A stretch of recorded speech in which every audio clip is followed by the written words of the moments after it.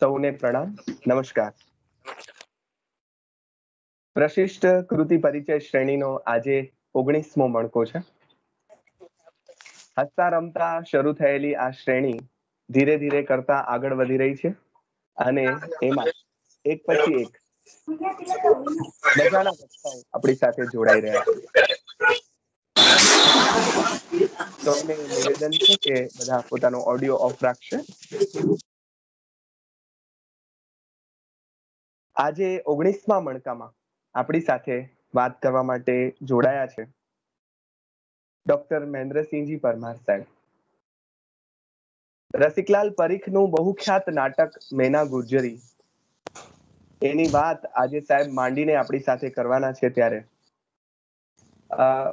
સાહેબને કાને આ વાત પડી હતી. કાર્યક્રમ આપણે આવું શરૂ કર્યું છે, આ શ્રેણી શરૂ કરી છે તે દિવસથી જ એમનો એક ઉમળકા ભર્યો પ્રતિસાદ, એક કોઈ પણ સાચું ક્લાસ શિક્ષકને છાજે એવો. છોકરાઓ નાનું નાનું કંઈક કરે અને ચોકલેટ આપીને રાજી કરે પ્રાથમિક શાળામાં, કે મોટા હોય એને ખભે હાથ રાખીને પડખે ઊભા છીએ એવો અહેસાસ કરાવે. એવી રીતે સાહેબે અમને અહેસાસ કરાવ્યો કે તમે બધા સરસ જઈ રહ્યા છો, સરસ કરી રહ્યા છો અને આગળ વધો, અમે બધા તમારી પડખે છીએ. એવો પડખે છીએ એવો શબ્દ બોલવાને બદલે એમણે મહેસૂસ કરાવ્યો. એ વાત મારે મન વધારે મહત્વની છે. જેમને બધા ડોક્ટર મહેન્દ્રસિંહજી પરમાર સાહેબ એમ કરીને ઓળખે છે, એમને અમે તો બધા ભાઈ તરીકે ઓળખીએ છીએ. મારા સદનસીબે હું લાલન કોલેજમાં ભણતો ત્યારે મારા ગુરુજન ડોક્ટર દર્શનાબેન ધોળકિયા અમને બધાને વિદ્યાર્થી મિત્રોને જાત જાતની પ્રવૃત્તિઓની સાથે જોડતા. આવી જ એક પ્રવૃત્તિ એટલે દર્શક ફાઉન્ડેશન દ્વારા ચાલતી વાચન શિબિર. એમાં અમને પહેલી વખત જ્યારે જવાનું થયેલું ત્યારે ગુજરાતમાં આવેલી આવી કચ્છ બહારની કેટલીક સંસ્થાઓ જોવાની, આવા વડીલોને જોવાના, રઘુવીરભાઈ સલ્લા સાહેબ બધા સાથે 8 દિવસ રહેવાનું, એ જ અમારા માટે બહુ મોટી ઘટના હતી. ત્યારે સૌથી પહેલો એક વત્સલ શિક્ષક તરીકેનો સ્પર્શ અમને ડોક્ટર મહેન્દ્રસિંહજી પરમાર સાહેબનો થયેલો. એટલે મારી સાથે જે મિત્રો હતા, શક્તિ ને વગેરે, એ બધાના એ સાહેબ હતા અને હું એવો ઘૂસી ગયો કે અમે પણ એમને ભાઈ અને સાહેબ કહેતા. અને આજની તારીખ સુધી એ જ નાતો. અમને ક્યારેય સાથે મળ્યા હોઈએ ત્યારે એવું ન લાગે કે શક્તિના સાહેબ છે ને મારા નથી. એ કદાચ બધાના સાહેબ હોય. આવા શિક્ષકો બધાના જ હોય. બેન હંમેશા અમને વર્ગમાં કહેતા કે મોટા માણસની નિશાની એ છે કે બધાનો એક સરખો હોય, કોઈનો ઓછો અને વધુ નહીં, બધાનો એક સરખો. આવો જ એક અનુભવ અમને ત્યારે થયેલો જ્યારે સૌથી પહેલી વખત અમે મહેન્દ્ર સાહેબને જોયેલા. એકદમ કોમળ, બહુ ઓછું બોલે અને અત્યારે પણ તમે જોશો તો અત્યારે તો બોલશે. મેં એમને કહ્યું છે સાહેબ, આદેશ કરી શકાય ને એવા બહુ ઓછા સાહેબો હોય કે જેને આપણે આદેશ કરી શકીએ કે સાહેબ તમારે સમયની જરા પણ ચિંતા કર્યા વગર બોલવાનું છે. અને સાહેબને કહી શકાય એવા સાહેબ. સોટી વાગે સમસમ ને વિદ્યા આવે ચમચમની પરંપરાને જેણે તોડી છે એવા સાહેબ, કે જેની પાસે પ્રેમનો અખૂટ ખજાનો છે, વત્સલતા જેમાં ભરી છે, એવા સાહેબ આજે આપણી સાથે વાત કરવાના છે એમની પ્રિય કૃતિની. તો અમે બધા ત્યારે જે રીતે એમની હૂંફ, એમની કાળજી અમે માણી છે લિટરલી. અને સાહેબ અમને નાટકના અંશો તૈયાર કરાવડાવે. નાટક અથવા તો ત્યારે મને બરાબર યાદ છે સાહેબ કે તમે નડાખ્યાનમાં અમને વાચિકમ કરાવેલું, દમયંતીની એન્ટ્રી કઈ રીતે થાય. અને આજે પણ હું કોલેજમાં વર્ગમાં મારો વટ પડાવવા એ સુત ભીમક તનયા રૂપ બનયા રસાલી રંગ પૂર્ણમ નરાંગના દેવાંગના માનિની માન ચૂર્ણમ ઝાલ જલકિત રત્ન ચલકિત ભૂપત ના મન લોભયમ, આમ બોલીને ખોટે ખોટો વટ પડાવવાની કોશિશ કરીએ છીએ. પણ મને એકદમ લોહીમાં ચાલી ગયેલી આ બધી પંક્તિઓ અમને બધાને. એટલે શીખવવાની કેવી રીત હોઈ શકે, કશું જ શીખવવાનો ડોળ નહીં કરવાનો. શીખવી રહ્યા છીએ એવી સભાનતા વગર બધું હૃદય સંસર્ગમાં ઉતરી જાય એવી રીતે કોઈ શિક્ષક શીખવાડે. એ બધી અનુભૂતિ તો ભાવનગર યુનિવર્સિટીના આપણે જેમને માણ્યા છે એવા તમામ વક્તાઓ, આપણા જે વક્તાઓ છે સાહેબના બધા વિદ્યાર્થીઓએ ખૂબ માણી છે. અમે પણ આવે અંશે માણી છે. એટલે શિક્ષક, એક વિદ્યાર્થી વત્સલ શિક્ષક તરીકેનો મારો આ પરિચય અને મારો આ અનુભવ હું વહેંચવા બેસીશ તો એમાં જ સમય જશે. પણ છતાં જે મિત્રો મુંબઈ કે બીજા બધેથી જોડાયેલા છે. કદાચ એવા પણ મિત્રો આપણી સાથે સાહેબ છે કે જેમના માટે આ બધા જ નામ અજાણ્યા છે અને આ બધી જ કૃતિઓ અજાણી છે. બહુ જ વિનમ્રતાપૂર્વક આમ સાહેબનું નામ અને આ કૃતિ બંને એવા અજાણ્યા નથી કે જેનો આપણે પરિચય આપવો પડે, પણ છતાં આ સ્પષ્ટતા સાથે કે કેટલાકે પહેલી વાર જ મેના ગુજરી એવું નામ સાંભળ્યું હોય અને મહેન્દ્રસિંહ પરમાર એવું નામ સાંભળ્યું હોય, એ બધા માટે એક નાનકડો પરિચય આપવાનો લોભ નહીં ટાળી શકું. ડોક્ટર મહેન્દ્રસિંહ પરમાર સાહેબ, જેઓ અધ્યક્ષ છે ગુજરાતી ભાષા સાહિત્ય ભવન મહારાજા કૃષ્ણકુમારજી યુનિવર્સિટી ભાવનગરના.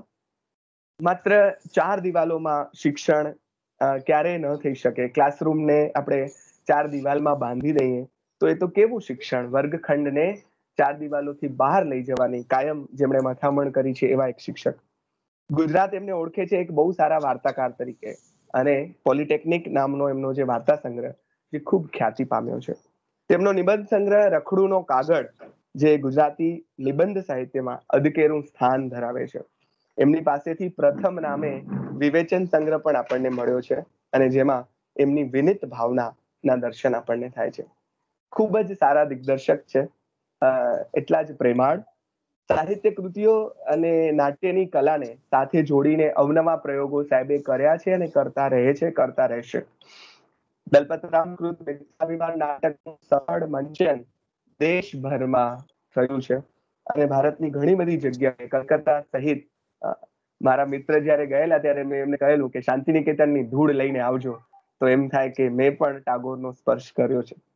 ઉડણ ચરકલડી, હેલન, જય ધોરણ લાલ કી, જટાયુ, ધૂળનો સૂરજ, મનસુખલાલ મજેઠિયા, ઈસવીસન 2022, મિથ્યાભિમાન, લાઈન, ડીમ લાઇટ અને બીજા ઘણા નાટ્ય પ્રયોગો તેમણે આપણને કરી બતાવ્યા છે. અને સાહિત્યના ક્ષેત્રે, શિક્ષણના ક્ષેત્રે આ બધાનું રસભર મંચન થયું છે અને બધાએ ખૂબ માણ્યા છે આ બધા નાટકો.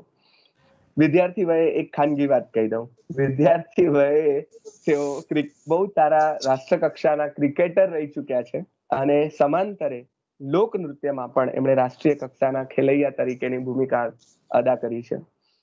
વાચિકમના પ્રયોગો સાહેબના બહુ પ્રસિદ્ધ છે, અને એમણે સાહિત્ય કૃતિઓના ખૂબ બધા 150 થી પણ વધારે પ્રયોગ કર્યા છે. ફેસબુક ઉપર સાહેબનું પેજ ખોલો એટલે કોઈ સરસ કૃતિ નો વાચિકમ એવા સરસ અવાજમાં સુમધુર સંગીતની સાથે આપણને સાંભળવા મળે અને કૃતિ હૃદય સંસરવી ઉતરી જાય. કુંવરબાઈનું મામેરું આખ્યાનના અંશો પણ એમણે નાટ્યાત્મક રીતે વિદ્યાર્થીઓ દ્વારા તૈયાર કરાવી અને એના રેકોર્ડિંગ્સ છે એ યુટ્યુબ પર અપલોડ કરાવ્યા છે. આજે પણ એ ઉપલબ્ધ છે. આવા તો ઘણી બાબતો સાહેબ વિશે કહેવાનું મન થાય, અને લોભ એ આમ થાય કે આ કહીએ કે આ કહીએ. કારણ કે પોતાના સાહેબ વિશે વાત કરવાની નું મન થાય ત્યારે જીભને તાળું દેવું બહુ અઘરું હોય છે. પણ એ સાહેબને આપણે સાંભળવા ભેગા થયા છીએ ત્યારે હું અમારી કોલેજના આચાર્ય ડોક્ટર રાવલ સાહેબને વિનંતી કરું કે તેઓ સાહેબને આવકારે અને પછી સાહેબ આપણને મેના ગુજરીમાં લઈ જાય. વિજયાદશમના દિવસે સ્ત્રી શક્તિની એક જુદી વાત આપણને કરે સાહેબ. એટલે એકદમ એપ્રોપ્રિએટ દિવસ આજે એકદમ આવ્યો છે, અને કુદરતી જોગાનું જોગ એવું થયું છે.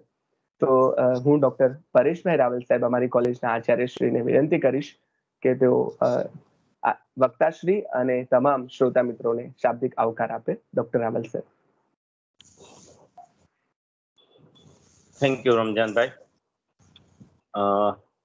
આ પ્રકલ્પો શરૂ કરવાની વાત ગયા 2 વર્ષથી આ બધા મિત્રો ગુજરાતીના રમજાન સાહેબ ને એની સાથે જોડાયેલા ને એમના ગ્રુપમાં જો આપણે ગણીએ ને એક પ્રતિક નામ તરીકે લઈએ તો શક્તિભાઈ ને આ બધા લોકોએ નક્કી કરેલું કે આપણે એવું કરીએ કે એકબીજાની કોલેજે જઈએ અને ત્યાં જઈને વિદ્યાર્થીઓ સાથે વાર્તાલાપ કરીએ. આ COVID-19 પૂર્વેની વાત છે, અને પછી એ શક્ય બન્યું નહીં કોઈ કારણોથી, અને બધા સરકારી કોલેજોમાં છે એ કારણથી. અને પછી આ જે પરિસ્થિતિ આવી એમાં વિચાર આવ્યો કે આમ કરીએ તો કેમ. એટલે શરૂઆત મારી અને રમજાનભાઈ સાથે વાતચીત થઈ, એટલે ઓબ્વિયસલી આમાં ન કરવા જેવું તો કંઈ છે જ નહીં, એટલે વિન વિન સિચ્યુએશન જ હતી. એટલે મારે એમ તાત્કાલિક હા પાડવી એ કોઈ મહાનતા હતી એવું નથી, પણ અમે તરત જ નક્કી કર્યું. અને સાહેબના બધા વિદ્યાર્થીઓ એમાંથી આપણે પ્રતિક તરીકે લઈએ જિજ્ઞાબા રાણા કે શક્તિસિંહ, આ લોકોની વાત કરીએ તો એ લોકોએ ઉપાડી લીધું અને એક પછી એક સારા વક્તાઓ આપ્યા, એક પછી એક સારી કૃતિ લઈને આવ્યા. કોઈ કે કાફકાની વાત કરી, કોઈ કે ઉપરાની વાત કરી. એટલે અને શક્તિભાઈએ તો ઘણા બધા સંદર્ભ સાથે ટાગોરની વાર્તાની વાત કરી, ચિત્રાંગદાની વાત કરી. તો આ બધું થયું, એના થઈ શકવાના કારણ બે આપણે ગણી શકીએ. એક છે 2011 પછી સરકારે નવી નવી કોલેજો શરૂ કરી. કારણ કે મેં લાલન કોલેજમાં 2001 થી હું ભણાવી રહ્યો છું. તો કદાચ મહેન્દ્રસિંહજી પરમાર સાહેબના લેવલના એકાદ વક્તા આવી જાય 5 વર્ષે એકવાર અને પછી બધું ભૂલાઈ જાય. એને બદલે એમની આખી સિરીઝ, એના વિદ્યાર્થીઓની આખી સિરીઝ જે આવી, એ સરકારે નવી કોલેજ લાવી અને 2014-15 થી ખૂબ જ ભરતીઓ કરી અને આ છોકરાઓ સરકારી કોલેજમાં બધા આવ્યા. એના પરિણામ સ્વરૂપે આપણે અત્યારે એના હવે એમ કે આવનારી 10 વર્ષમાં આપણે એના ફળ ભોગવશું. એટલે એ આ પ્રકલ્પ શરૂ કરવાનું એક કારણ આપણે સરકારને આપીએ. અને બીજું, મહેન્દ્રસિંહજી પરમાર જેવા શિક્ષક કે જેણે પોતાના વિષયને જ્યારે એ લોકો લાગ્યા હશે ત્યારે આત્મસાત કરેલો અને કેવી રીતે પેઢી દર પેઢી વિદ્યાર્થીઓ, અમે ઓળખીએ છીએ રમજાનભાઈના સમયના છે, પણ એની પહેલાની પેઢી વાળા હશે. અને જે કારણ કે ભાવનગર યુનિવર્સિટી થી કચ્છ ત્યારે અંતરમાં હતું, તો અમને ખ્યાલ ન હોય એવું, અને ગુજરાતી વિષય એટલે અલગ હોય. તો આ પેઢી દર પેઢી વિદ્યાર્થીઓ આપણે આપ્યા છે, એના પરિપાક રૂપે આપણે મળી રહ્યા છીએ. આ શ્રેણી સાહેબ શરૂ કરતી વખતે અમે આટલો પ્રતિસાદ મળશે એ નહોતું ધાર્યું. અને અત્યારે અમે એટલા ઉત્સાહિત છીએ કે એક વખત અમે વાત પણ કરી મેં ને રમજાન સાહેબે કે ધારો કે આ આપણો જે પ્રયોગ છે એ એટલો લાંબો ચાલે કે કોઈ એક વખતે સવારના કોઈ વક્તા આવે અને આપણે કહીએ કે આજે પરેશ રાવલ સાહેબ નથી રહ્યા, આપણે 2 મિનિટ મૌન પાડી અને આજની કૃતિના વક્તા આ છે એ આ વિશે વાત કરશે. એવું અમે શું કહેવાય કે આટલા આત્મવિશ્વાસ અમારો વધ્યો છે થોડો. અને આજે આપ આવ્યા છો એ તો અત્યાર સુધીમાં શિરમોર ઘટના છે. એટલે આપના આવવા માત્રથી અમે એકદમ ખુશ છીએ. અને બધા ધારો કે રમજાન સાહેબ ને આપના ડાયરેક્ટ વિદ્યાર્થી હોઈ શકે, પણ મેં જે પ્રયોગ તમે સોશિયલ મીડિયા અને પોસ્ટકાર્ડનો તમે કર્યો હતો લાલન કોલેજમાં, એ મને પોતાને તે વખતે એટલો સારો લાગ્યો હતો કે મેં અમારા ઇંગ્લિશના એક પ્રાધ્યાપક છે મનોજ છાયા સાહેબ, એને કીધું કે હું આ 3-4 મહિના પ્રેક્ટિસ કરી અને હું પોતે આપણા વિદ્યાર્થીઓ સમક્ષ કરવા માંગુ છું. એટલું મને ગમ્યું હતું અને એનો વિડીયો પણ મેં લઈ લીધો હતો. તો ખરેખર અમે શું કહેવાય કે એકદમ રાજી તો છીએ જ, એ ઉપરાંત એકદમ પ્રિવિલેજ ફીલ કરીએ છીએ. આપ આવો ને વર્ષથી પડો અમારા. Thank you.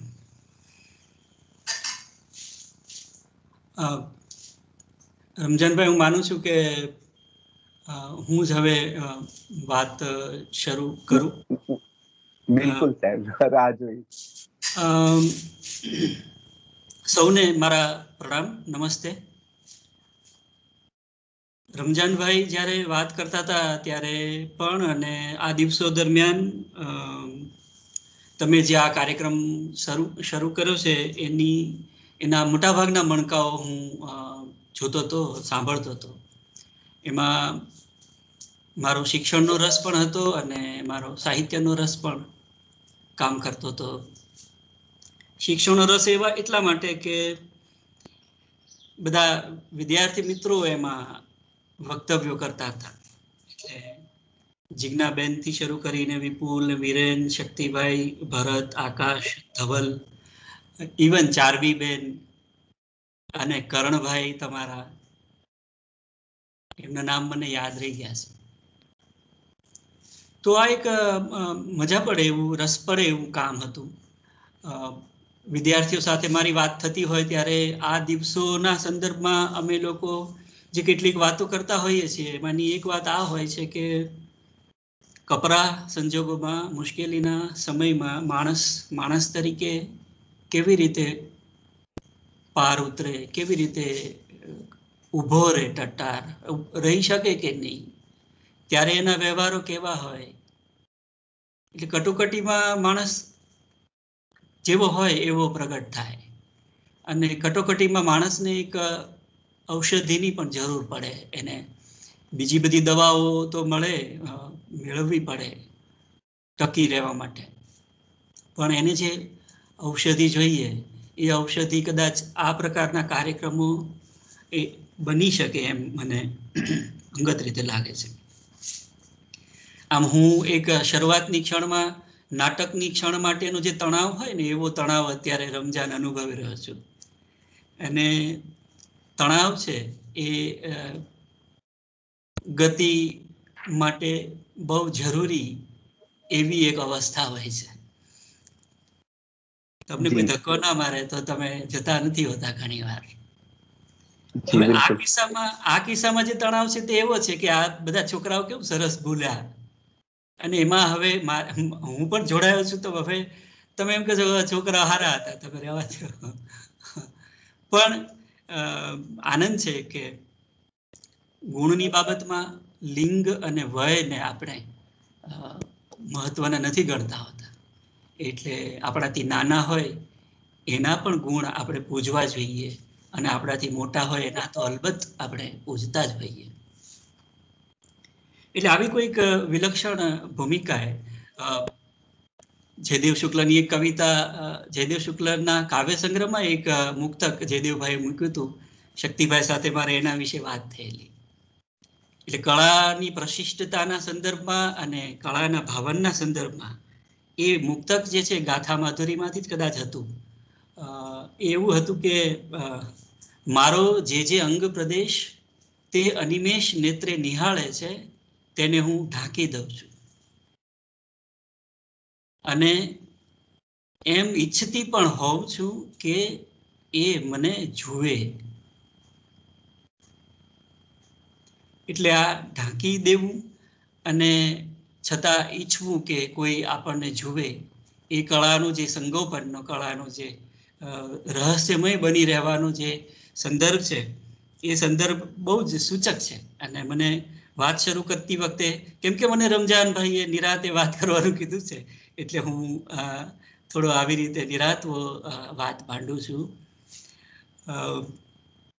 અત્યારે હું મને જોઈ રહ્યો છું સ્ક્રીન ઉપર,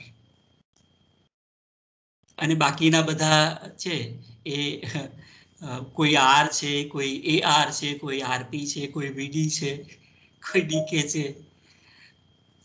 તો મને એક રમૂજ થતી હતી કે એટલે આ કેવું છે કે એક બાજુથી આપણે એક આશ્વાસન લઈએ છીએ કે આપણે કેટલા ઝડપથી એકમેકની સાથે જોડાઈ ગયા, with no time, within few minutes, few seconds, ક્ષણોના એક ભાગમાં આપણે કાઠિયાવાડથી કચ્છ આવી ગયા, અને કચ્છથી કેલિફોર્નિયા પહોંચી ગયા, અને કેલિફોર્નિયાથી ખબર નહીં ક્યાં ક્યાં પહોંચી ગયા.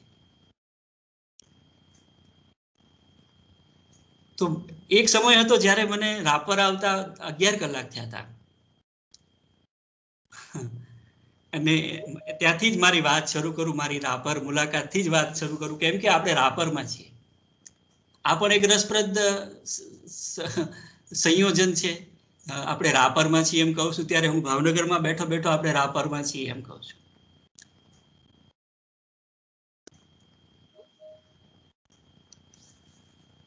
રાપરની પાસે ત્યાં ખદીરમાં મારે હમણાં વાત થતી હતી રમજાન સાથે, તો એક સમયે મારા મિત્રો થોડા પંખી પ્રકૃતિના ચાહક મિત્રો સાંજે નીકળવાના હતા રાપર જવા, કે ફ્લેમિંગો વાળું એક બહુ જ જાણીતું તમારે ત્યાં એક લાખો ફ્લેમિંગોનું મિલન એક જગ્યાએ હતું, કઈ 2-2.5 લાખ જેટલા ફ્લેમિંગો ત્યાં હતા, અને ઐતિહાસિક રીતે એટલી મોટી સંખ્યામાં એ લોકો ભેગા થયા હતા અને બધા એની નોંધ લેતા હતા. તો મિત્રોએ નક્કી કર્યું હતું કે આપણે બધા જઈએ, રાત્રે પહોંચી જશું સવારમાં ત્યાં. મારે પ્રહલાદ પારેખ વિશેનો કાર્યક્રમ ભાવનગરમાં હતો સાંજે 6 વાગે, એટલે મેં મિત્રોને એમ કીધું કે તમે લોકો જો મારી રાહ જોઈ શકતા હો તો હું કાર્યક્રમ પૂરો કરીને તમારી સાથે જોડાઈ જાઉં. એટલે એ લોકોએ કીધું કે રાહ તો નહીં જોઈ શકીએ, કેમ કે અમારે મોડામાં મોડું 2 વાગે નીકળી જવું છે. તો હમણાં પાગલ લોકોની વાત થતી હતી ને આપણે સાહેબ સાથે, આચાર્યશ્રી સાથે, તો મેં કીધું કે સારું ભલે, તો હું મારી રીતે આવી જઈશ. પછી હું સાંજે અહીંથી ટેક્સી લઈને સ્પેશિયલ ગાડી બાંધીને ત્યાં રાપર પહોંચ્યો હતો અને વહેલી સવારે એ લોકોને મેં પકડી લીધા હતા અને પછી ઉઘડતા પરોઠે સૂર્ય બરાબર ધીમે ધીમે નીકળતો હતો અને અમે એ જીવનના કેટલાક યાદગાર ચિરંજીવ દ્રશ્યોમાંનું એક દ્રશ્ય જોયેલું, જેમાં ગુલાબી રંગની એક આખી ચાદર પથરાઈ ગયેલી હતી અને કોર્ટશીપ ચાલતી હતી. કોર્ટશીપ એ પંખી જીવનના કેટલાક જે લાક્ષણિક જે કેટલાક વર્તણૂકના વિજ્ઞાનો છે એમાંનું એક છે કે બધા મેલ ફ્લેમિંગો છે એ ફિમેલ ફ્લેમિંગોને રીઝવવા માટે અમુક પ્રકારની દમામદાર ચાલથી પ્રદર્શિત કરે પોતાની જાતને, અને પછી એમાંથી કોઈ એકની ચાલ જોઈને એક હિરોઈન છે તે પોતાના હીરોને પસંદ કરે. એટલે આ જે ઠાઠ હતો બધાયનો ચાલવાનો, પંખીઓમાં ગાવાના અને ચાલવાના અને કૂદકો મારીને પોતાની જાતને રજૂ કરવાના ને એવા બહુ રસ પડે એવા બધા આપણને નવાઈ લાગે એવા. આ વાતથી મેં શરૂ એટલે કર્યું કે મારે જે નાટક વિશે વાત કરવાની છે, નાટકમાં પણ જરા જુદી રીતે જે વાત આવવાની છે તે આ આવવાની છે. તો શક્તિભાઈએ મને સૂચવ્યું કે એમણે પૂછ્યું બીતા બીતા રાધર, એમ કે અમે બધા નાના નાના છોકરાઓ આ બધું કરીએ છીએ, એમાં તમે મોટા, એટલે મને પહેલા તો ફટ કરતી મેં હા પાડી દીધી, કારણ કે હું પણ એમ ઈચ્છતી હતી કે એ મને જુએ. માજા દાદા એમ કે છોકરા તમે મોટા થઈ ગયા, હવે તમે જલેબી ખાઓ, તમે આઈસ્ક્રીમ ખાઓ, અમે તો બહુ ખાધા. પણ ઊંડે ઊંડે એને એમ હોય કે છોકરું એકાદું ઓફર કરે તો એકાદી ચમચી આઈસ્ક્રીમ પી લઈએ. સુંદરમની વાર્તા, માજા વેલાનું મૃત્યુ અમારી બહુ પ્રિય વાર્તા છે. અને એવી રીતે મને પણ આ યજ્ઞમાં યુગાનુયુગે આ 9મું નોરતું છે. પહેલા નોરતે ભરતભાઈ છિન્નમસ્તા વિશે વાત કરતા હતા અને કામાખ્યા દેવીની સાથે જોડાઈને અસમના બેકડ્રોપમાં માતૃશક્તિ, સ્ત્રી શક્તિના કેટલાક ચોંકાવનારા, કેટલાક સંવેદનશીલ, કેટલાક સમભાવશીલ એવા ચિત્રો રજૂ થતા હતા. તે દિવસે મને વિચાર આવ્યો કે હું રમજાનભાઈને એમ કહું કે આપણે આ નવરાત્રી દરમિયાન આ કૃતિની વાત થાય તો સારું એમ. એટલે મેં તારીખ જોઈ તો મને ખ્યાલ આવ્યો કે મારે જે દિવસે બોલવાનું છે એ છેલ્લું નોરતું છે એક રીતે. એટલે 9મું અને 10મું બે ભેગા છે. આજે તિથિ છે એનો ક્ષય છે, તિથિનો ક્ષય છે, પણ જે કૃતિની વાત કરવાની છે અથવા તો જે કૃતિઓની વાત આપણે લોકો કરી રહ્યા છીએ છેલ્લા કેટલાક દિવસોથી, કેટલાક સમયથી, એ બધી તિથિઓ અક્ષય તિથિઓ છે બધી. ક્ષણે ક્ષણે યન નવતામ ઉપેયતી તદેવ રૂપમ રમણીયતાયા. રમણીયતાનું જે રૂપ છે એનો ગુણધર્મ જ ક્ષણે ક્ષણે નવા નવા રૂપ પ્રગટ કરવાનું છે. પ્રશિષ્ટ કૃતિનો એક સામાન્ય અર્થ એ પણ છે કે એ ઘણીવાર સ્થળ સાપેક્ષ હોય પણ પછી સ્થળ નિરપેક્ષ થઈ જાય. ઘણીવાર એ સમય સાપેક્ષ હોય પણ પછી સમય નિરપેક્ષ થઈ જાય. એટલે સ્થળ કાળના સીમાડાઓને વળોટીને પોપ્યુલર એલિમેન્ટ છે, લોકપ્રિય પરિબળ છે, એની સાથે દેશકાળ જોડાયેલા હોય છે ઘણીવાર. એટલે કોઈ એક પ્રાંતનો લોકપ્રિય કલાકાર બીજા પ્રાંતનો લોકપ્રિય કલાકાર ન પણ હોય, પણ કેટલાક કલાકારો એવા હોય અને કેટલીક કૃતિઓ એવી હોય કે જે દુનિયાના કોઈ પણ ખૂણે પોતાના સ્વયંભૂ પ્રકાશથી ઓળખાતી હોય. એટલે હું જ્યારે મેના ગુર્જરી નામના નાટક વિશે વાત કરવાનો છું, ખબર નહીં એમાંની કેટલી વાત હું આજે કરી શકીશ, અથવા તો મારા મનમાં એ નાટક વિશેના જે કેટલાક ભાવનના સોપાનો છે, એ સોપાનોમાંથી હું કેટલા તમારી પાસે મૂકી શકીશ એની મને બહુ ખાતરી નથી. પણ આપણે હવે આ ભૂમિકાથી વાતને માંડીએ. 9મી તારીખ છે, 9મું નોરતું છે તિથિની રીતે, અને 19મું વક્તવ્ય છે. અંકશાસ્ત્ર અને શુકન અપશુકનમાં હું કઈ સમજતો નથી, અને દૈવી આસ્થાના સંદર્ભમાં પણ મારા મનમાં કઈ બહુ એવા ચોક્કસ કોઈ પ્રતીતિજનક કેવા એવા શ્રદ્ધાના કેન્દ્રો છે કે કેમ મને ખબર નથી. પણ આજે યોગાનુયોગે આ નાટકમાં પણ જે તિથિનો ઉલ્લેખ છે તે શરદ નવરાત્રિના છેલ્લા દિવસનો છે, અને આપણે આ વાત કરી રહ્યા છીએ. શક્તિભાઈએ મને કીધું ત્યારે મેં તરત હા પાડી હતી, અને મને રસ હતો કે ભેગા બેસીને વાત કરી શકાય એવા થોડાક ઓટલાઓ અવકાશી મંચ ઉપર આપણે રચી શકીએ તો વિદ્યાનું આદાન પ્રદાન થઈ શકે, એકબીજા પાસેથી આપણે ઘણું બધું જાણી શકીએ, શીખી શકીએ. મેં વિકલ્પ એવો આપ્યો કે હું કાં તો કુંવરબાઈનું મામેરું વિશે વાત કરું અથવા મીના ગુર્જરી વિશે વાત કરું. અને શક્તિભાઈએ મને ઘણીવાર વિદ્યાર્થીઓના અભિપ્રાય અથવા તો વિદ્યાર્થીઓની લાગણી, વિદ્યાર્થીની ઈચ્છા શિક્ષક માટે આજ્ઞા બની જતી હોય છે. પછી એ જીદ કરે કે હવે એની ઈચ્છા આપણે સાકાર કરવી એમ. તો એના મનમાં મીના ગુર્જરી વિશે મને કહેવાની વાત એટલા માટે હતી કે અમારી બેયની નાટ્ય વિદ્યાના વિદ્યાર્થી તરીકેની જે સમજ છે એ આ નાટકના સંદર્ભે થોડી જુદી પડે છે. એટલે મને ગમે છે અને ઓછું ગમે છે. એટલે અમારી પાસે અમારા પોતપોતાના કારણો છે. દરેકની પાસે દરેક કૃતિના આસ્વાદનના, દરેકની રુચિના, દરેકના પોતાના ગમા અણગમાના પોતપોતાના કારણો હોય, પોતપોતાના ધોરણો હોય, પોતપોતાના સ્તર પણ હોય. તો આ નાટક વિશે હું વાત કરું એનું એક કારણ તો ભાઈએ મને આગ્રહ કર્યો કે તમે આના વિશે વાત કરો. બીજું મારી પોતાની પ્રતીતિ એવી છે કે મારા નાટ્ય સાહિત્ય જગતની કોઈ કૃતિ મારે રાષ્ટ્રીય કે આંતરરાષ્ટ્રીય સ્તરે મૂકવાની હોય તો જે નાટકો હું દેશને ધરવા ઈચ્છું મારી ભાષામાંથી, એમાંનું એક આ નાટક છે એવું મને લાગે છે. મિથ્યાભિમાન અમે ભજવ્યું. મિથ્યાભિમાન આપણી ભાષાનું પહેલું મૌલિક કહેવાય એવું અને નોંધપાત્ર નાટક હતું. એ નાટક પણ વિદ્યાર્થીઓની ઈચ્છાથી અમે લોકોએ હાથમાં લીધું. 25 પ્રયોગ એના થયા, અને જેમ જેમ એના પ્રયોગો થતા ગયા એમ ખબર પડતી ગઈ કે આ નાટકની મહેંદી જેમ જેમ ઘસાતી જાય છે એમ ઉઘડતી જાય છે.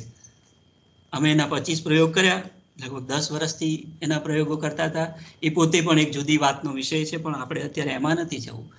એ નાટકને હું અત્યારે એટલા માટે યાદ કરું છું કે એ નાટકના મંચન દરમિયાન જે કેટલીક પ્રયુક્તિઓનો ઉપયોગ કરવાનું એના દિગ્દર્શકને સૂઝ્યું, એમાંની કેટલીક પ્રયુક્તિઓ કદાચ એને મીના ગુર્જરીના વાચનમાંથી મળી હશે.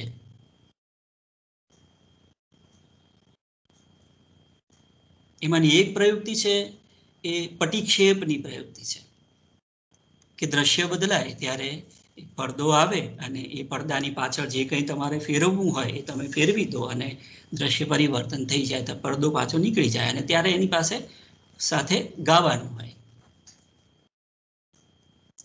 તો મીના ગુર્જરીનું વાચન છે એનું કોઈ ચિત્તમાં ક્યાંક સંસ્કાર રહી ગયો હશે, જેને કારણે અમને એવું સૂચ્યું કે આપણે મિથ્યાભિમાનમાં એક એવું પટિક્ષેપ બનાવીએ જે મૂવિંગ હોય, જે હલતું ચલતું હોય, અને ભાગ લેનારા કલાકારો એ લઈને આવે અને લઈને નીકળે. એના ઉપર પછી અમે એક મૂછ ચિતરી હતી અને એ જુદો એક પ્રતિકાત્મક સંદર્ભ હતો. પણ એક આ વાત હતી મીના ગુર્જરીની જે મારે અંગત રીતે તમને કહેવી જોઈએ. મેના ગુર્જરી નાટક વિશેની બીજી અંગત વાત એવી છે કે જે થોડાક મિત્રોએ અથવા તો અમે લોકોએ સાથે રહીને જે થોડુંક વિદ્યાનું સંશોધનાત્મક અથવા તો રિસર્ચનું કામ કર્યું કે ડિગ્રી પદવી કેન્દ્રી કામ કર્યું, એ પદવી કેન્દ્રી કામ કરનારા મારા વિદ્યાર્થી મિત્રોને જે કેટલાક વિષયો ઓફર કર્યા, એ વિષયો ઓફર કરતી વખતે પણ મેના ગુર્જરી નાટકનું એક છાને ખૂણે ક્યાંક એક વિચાર પડેલો હતો. દાખલા તરીકે શક્તિભાઈએ રંગ સૂચનો વિશે કામ કર્યું ગુજરાતી નાટકોના. તો એ વિષય વિચાર્યો ત્યારે મને અંગત રીતે મેના ગુર્જરીની જે રંગસૂચિઓ છે એ મારા ધ્યાનમાં વધારે હતી. થોડીક મિથ્યાભિમાનની પણ હતી, થોડીક મુનશીના નાટકોની પણ હતી. રંગસૂચિઓ એટલે નાટક ભજવવા માટે લેખક દ્વારા નિર્દેશિત કેટલીક વિદ્યાર્થીઓને કહીએ કે કાઉન્સમાં આવતી બાબતો. એ થોડો જુદો વિષય છે ચર્ચાનો, પણ એમાં આપણે નથી જતા. બીજો વિષય નાટકની કથાઓ અને નાટકમાં કથા કહેવાનું જે શાસ્ત્ર હોય. નાટક તો પ્રત્યક્ષીકરણની કળા છે, પણ એ પ્રત્યક્ષીકરણની કળા પણ કથા કહેતી હોય છે. આ નાટકમાં રસિકલાલ પરીખે અભિનયાર્થ કથા એવું નામ રાખ્યું છે. કેવી કથા? તો કે છે કે અભિનયાર્થ કથા. રસિકલાલ પરીખ વિશે બહુ જાજી વાત કરવાનો પણ અત્યારે અવસર નથી. એ આપણી ભાષાના એક બહુ જ મોટા વિદ્વાન, સ્કોલર, જેને સાચા અર્થમાં કહીએ એવા સ્કોલર, અને નાટ્યશાસ્ત્ર વિશેનો એમનો અભ્યાસ ભરત મુનિના રસ સિદ્ધાંતમાંથી લઈને એમણે આનંદ મીમાંસા કરી છે. હજી સુધી ગુજરાતીમાં કોઈ એ નેશનલ લેવલનું એમનું કામ છે. તો આવો એક વિદ્વાન, એક સ્કોલર માણસ છે, એ નાટ્યશાસ્ત્રનો જાણકાર માણસ છે, એ જ્યારે નાટક લખે ત્યારે એના નાટકમાં એની નાટ્યશાસ્ત્રની જાણકારી છે એ કેવી રીતે કામ કરતી હોય. અલબત્ત નાટક આખું વાંચીએ ત્યારે અને નાટકના વિદ્યાર્થીઓ તરીકે નાટક લઈને બેસીએ ત્યારે એ નાટકમાં એવા ઘણા કેન્દ્રો છે જે આપણને નવેસરથી, એટલે આપણે આપણી જાતને સુધારવી પડે અથવા તો નાટકમાં આપણે કંઈક મરામત કરવી પડે. પણ ગુજરાતી ભાષાનું પોતાનું કહેવાય એવું મિથ્યાભિમાન પછી, અને મિથ્યાભિમાન કરતા નાટ્ય કળાની દ્રષ્ટિએ, નાટ્ય પ્રયુક્તિઓની દ્રષ્ટિએ વધારે ગુણવત્તાવાળું કોઈ નાટક જો ગુજરાતીમાં હોય તો તે મેના ગુર્જરી છે. બીજું શર્વિલક નામનું નાટક પણ રસિકલાલ પરીખે લખ્યું છે. એ પણ એક જુદી રીતે મૃચ્છકટિકમનો એક બહુ જ મૌલિક કહેવાય એવું એડોપ્ટેશન, રૂપાંતર છે, સર્જનાત્મક કહેવાય એવી રીતે શર્વિલક નામથી પરીખ સાહેબે બે આપણી ભાષાના બહુ જ મહત્વના નાટકો છે. નાટક છે એના વિશે બીજી નાની વાત કરીને હું તમને ઝડપથી મેના ગુર્જરી નાટક સાથે જોડી દઉં. મેના ગુર્જરીનો એક લોક પ્રચલિત ગરબો છે, કથાગીત છે, અને એ કથાગીતમાં પણ ભારોભાર નાટ્યાત્મકતા પડી છે. આપણી પાસે સમય નથી, મને તો મન થાય કે હું તમને એ ગરબો પણ સંભળાવું. લોક સામગ્રીનો ઉપયોગ કરીને આપણે સાહિત્ય કૃતિઓનું સર્જન કરીએ ત્યારે એ પણ એક રસ પડે એવો અભ્યાસનો મુદ્દો છે. સાઈયા સે સબ કુછ હોત હૈ, મુझ બંદે સે કછું નહીં, રાય કો પર્વત કરે, પર્વત બાગે જમાઈ. ભવાઈના લાલજી મણિયારના વેશમાંથી આપણી ભાષાના એક બીજા આદિ નાટકો પૈકીના એક નાટક રાયનો પર્વતનું નિર્માણ છે. એ લોક સામગ્રીમાંથી થયું છે. એને ધક્કો આપનારું પરિબળ લોક સામગ્રી બન્યું છે. મિથ્યાભિમાન નામનું આપણું નાટક છે એને ધક્કો આપનારી સામગ્રી લોક નાટ્યની સામગ્રી છે કે ભવાઈના કાઉન્ટરમાં એમને એક નવી ભવાઈ લખવી હતી. હવે આ વળી એક નાટ્યકૃતિ આપણી સામે આવી જે નાટ્યકૃતિના સ્ત્રોત સ્વરૂપે એક લોક પ્રચલિત ગરબો છે અને એ ગરબો સ્વયં પોતે પણ એ ગરબો અને ગરબાની જેવી બીજી કૃતિઓ પોતે પણ તુલનાત્મક અભ્યાસનો એક બહુ જ જોરદાર નમૂનો છે. બહુ બધી વાતો છે જે રિસર્ચના પર્સપેક્ટિવથી થઈ શકે, પણ આપણે આજે આસ્વાદના પરિપ્રેક્ષ્યથી આ જોઈએ છીએ એટલે એ દિશામાં હું બહુ જતો નથી. રાજસ્થાનની પરંપરા, મધ્યપ્રદેશની પરંપરા, ગુજરાતની પરંપરા, આપણા જે પડોશી રાજ્યો છે, પંજાબની પરંપરા, છેક ઉપર હિમાચલની પરંપરા, એ બધી લોક પરંપરાઓમાં જે કેટલાક આપણે શું કહીએ છીએ એને પ્રજાના સબકોન્શિયસમાં, પ્રજાના આંતરચિત્તમાં જે કેટલાક કથાનકો છે એ જુદી જુદી રીતે પડ્યા છે. એ ક્યારે કેવી રીતે કઈ ભાષામાં કેવા ઘાટ લઈને આવશે એનું કોઈ નિયત માળખું નથી હોતું. પણ પરીખ સાહેબે એમના માતાજી પાસેથી એમને એક સ્ક્રિપ્ટ મળી ઓરિએન્ટલ ઇન્સ્ટિટ્યૂટમાંથી કે ક્યાંકથી, અને એમાં આ પાઠ મળ્યો, પણ પાઠ દૂષિત હતો ને અડધા શબ્દો ઉકલતા નહોતા. એટલે એમણે ઘરે આવીને એમના માતાજીને કીધું કે તમને ખબર છે આનો ઢાળ તમને આવડે છે? એમના માતાજીને આવડતો હતો.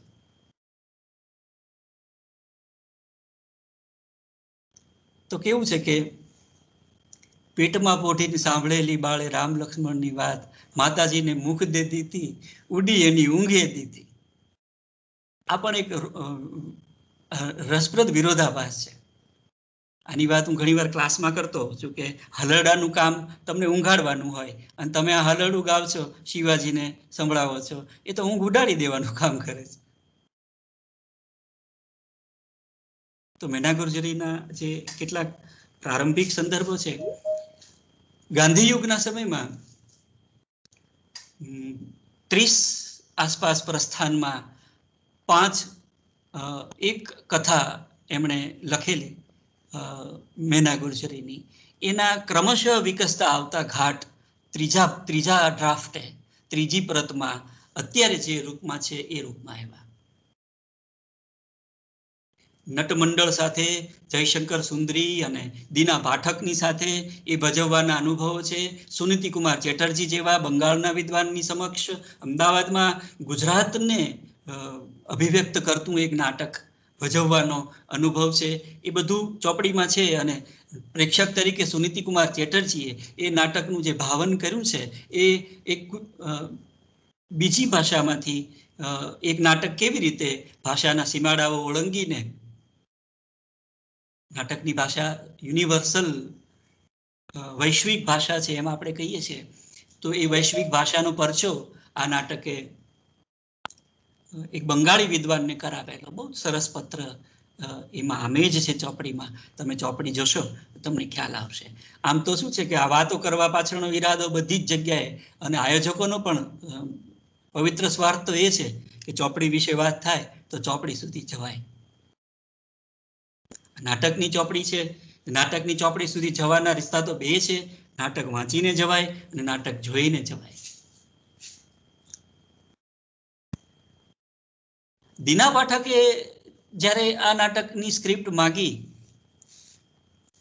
ત્યારે એમણે મેના ગુજરી એવું જે શીર્ષક હતું એમાં ગુજરીને બદલે ગુર્જરી કરવાનો આગ્રહ રાખ્યો. આ એક રેફનો ભેદ છે. એ ભેદ આપણા સમયમાં બહુ જ અગત્યનો ભેદ છે. ગુજરી કહેતા એક કોમ વિશેષનું પ્રતિનિધિત્વ થતું હતું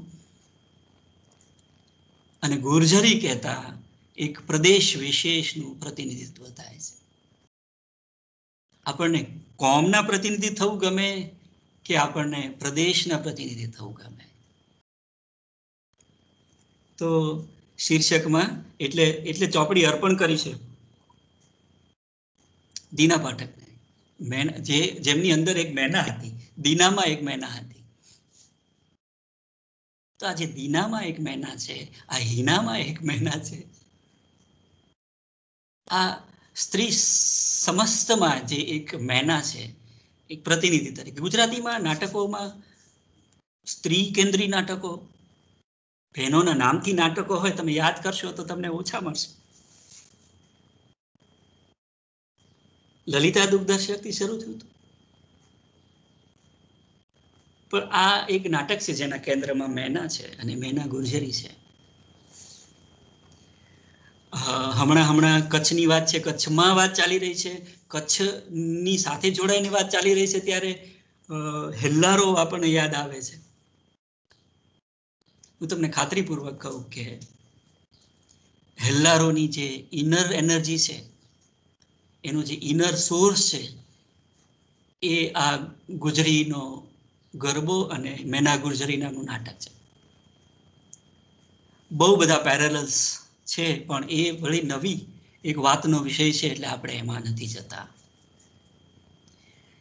બીજા પણ કેટલાક મુદ્દાઓ એ ફિલ્મના સંદર્ભમાં અને મેના ગુર્જરી નાટકના સંદર્ભમાં હું તમારી સાથે શેર કરી શકું, પણ આપણે અત્યારે બહુ બધા તુલનાત્મક કેન્દ્રોમાં નથી જતા. આપણે અત્યારે કૃતિગત કેન્દ્રમાં જઈએ છીએ.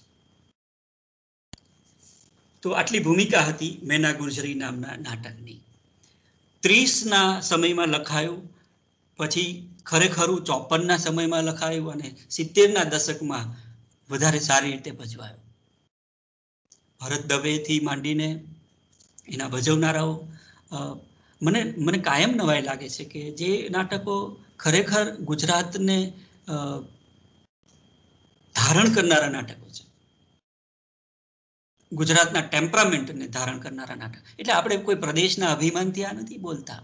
એટલે આપણને કાયમ એમ થાય કે આ બંગાળમાં કેવા સરસ નાટકો છે, આ મરાઠીમાં કેવા સરસ નાટકો છે, આપણે કેમ ગુજરાતીઓ કેમ આપણે વેપાર જ કરીએ છીએ ખાલી એમ.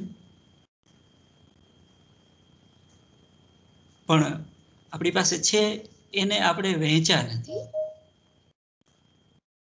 તો એક એવું આ ગુજરાતી નાટક છે. ગુજરાતી શબ્દ પણ હું આમ બોલ્ડમાં કરીને લખવા માંગુ છું, કેમ કે એમાં જે ટેમ્પરામેન્ટ છે, એમાં જે સ્વભાવ છે, એ સ્વભાવ એક રીતે ગુજરાતી છે.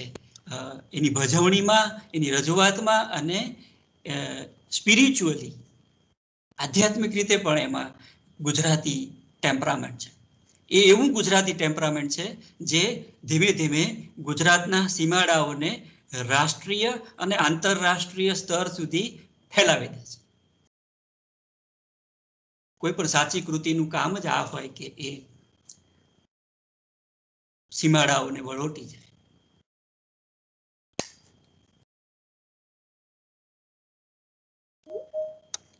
આધુનિક સમયમાં આપણે ચારેય બાજુ જે ઝાક જમાળ, હવે તો અલબત્ત અત્યારે કોરોનાના સમયમાં આપણે ગુજરીનો ગરબો ગાઈએ છીએ. કોરોનાના સમયનો ગરબો આવવાનો હજી બાકી છે.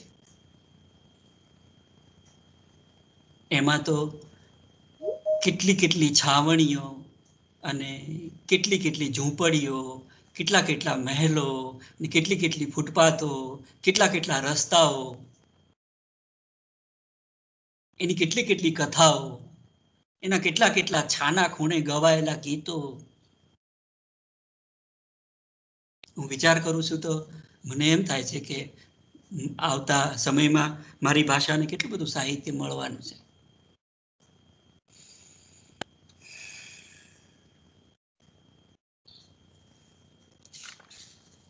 થોડીક નાટકને લગતી વાતો છે જે મારે કરવી જોઈએ. ખાસ તો એના કથાનકની વાત છે. કથાનકની વાત રસપડે એવી છે, તે એવી છે કે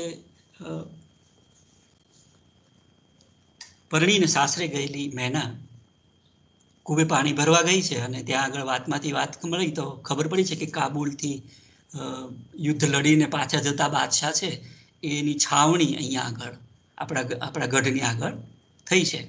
તે બધી પાણી ભરનારીઓને ઈચ્છા થઈ છે કે આપણે ચલો છાવણી જોવા જઈએ. તો કે છે છાવણી જોવા ન જવાય. શું કામ ન જવાય?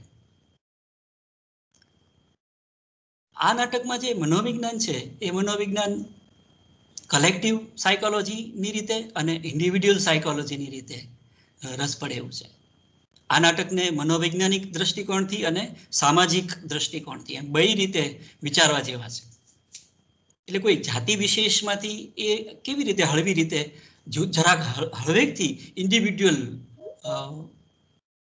સેન્સિટિવિટીનું નાટક બની જાય છે, અને ઇન્ડિવિડ્યુઅલ હોવા છતાં એ કેવી રીતે કલેક્ટિવ સેન્સિટિવિટીનું નાટક બનતું જાય છે. વ્યક્તિગતમાંથી સમષ્ટિનું અને સમષ્ટિમાંથી વ્યક્તિનું.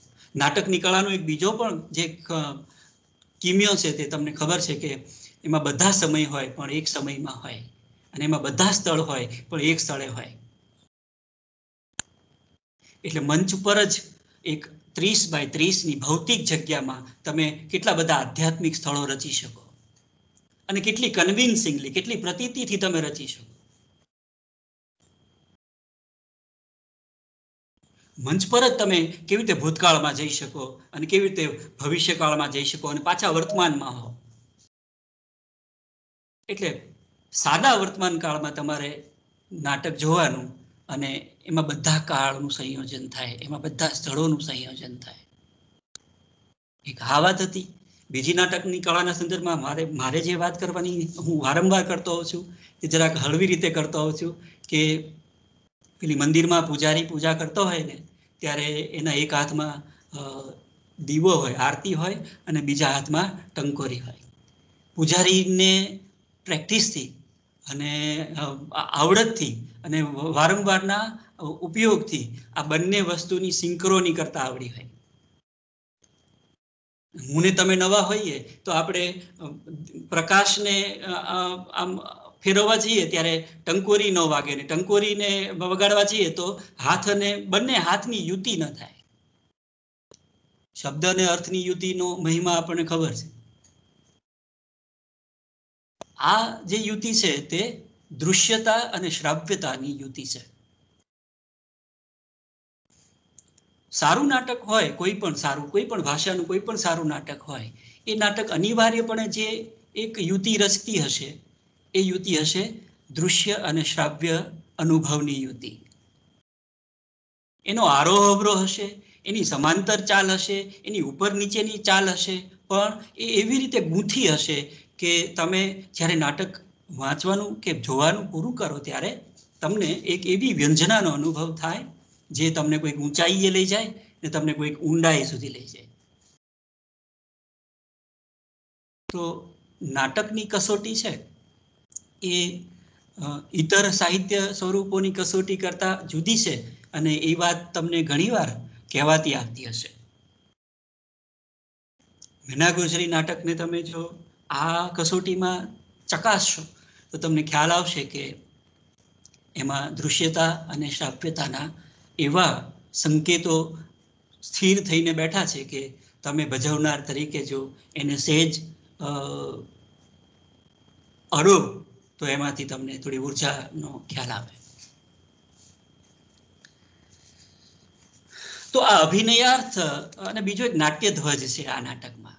મારે જે ગુજરાતી રંગભૂમિની શોધ છે ને, મારી ગુજરાતીના વિદ્યાર્થી તરીકેની ગુજરાતી નાટકની મારી શોધ છે. ક્યાં છે મારું ગુજરાતી નાટક? તો મારું ગુજરાતી નાટક વિદ્યા વિમાનમાં છે. મારું ગુજરાતી નાટક મેના ગુર્જરીમાં છે. ત્યાં એક નાટ્ય ધ્વજથી નાટક શરૂ થાય છે, અને નાટ્ય ધ્વજ છે ઇન્દ્રનો નાટ્ય ધ્વજ છે. એમાં બીજી વાતો પણ છે, પણ થોડી ઝીણી છે અને થોડી વિવેચનક્ષમ એવી પણ છે, એટલે અત્યારે હું એમાં નથી જતો. પણ કેટલીક બહુ સરસ સમજ છે આ લેખકની, નાટક લખનારા લેખકની રંગભૂમિ વિશેની. કેટલીક આપણને રમૂજ થાય એવી સમજ પણ છે અલબત્ત, કેમ કે એમના મનમાં મનની રંગભૂમિ પણ સાથે સાથે ચાલી રહી છે. એટલે ડિસ્ક્રિપ્ટિવ અને ડ્રામેટિક, વર્ણનાત્મકતા અને નાટ્યાત્મકતા, એ બેયની એક આંતરિક હરીફાઈ ચાલતી હોય ને લેખકના મનમાં, એવું આપણને લાગે છે. એના ઘણા સંકેતો છે, પણ એમણે એને અભિનયાર્થ કથા કીધી. પછી એની સામગ્રી કેવી હોવી જોઈએ, એની ભાષા કેવી હોવી જોઈએ, ઘણી બધી વાતો એમણે કરી છે. એ બધી વાતો આજે હું જતી કરું છું, તમને કહેવામાંથી તમને બચાવી લઉં છું. રાષ્ટ્ર સમૃદ્ધિના પ્રતીક સમો ઇન્દ્રધ્વજ કે છે કે બીજી કઈ જરૂર નથી. તમે એક નાટકની ધજા લઈને ઉભા રહેશો, પછી તમે જે જગ્યાની આજુબાજુ તમારે જરૂર હોય એટલી જગ્યા છે તમે માપી લો. મેક બિલીવ નો જે મામલો છે, હું ભાવનગરમાં બેઠો છું અને હું રાપરમાં છું, તમે રાપરમાં બેઠા છો અને તમે ભાવનગરમાં છો. નાટક તો મેક બિલીવ ની કળા છે. તો આ નાટ્ય ધ્વજ જો ખોડાયો હોત જે તે સમયે ગુજરાતી નાટકનો, ગણેશ અવળા બેઠા હતા,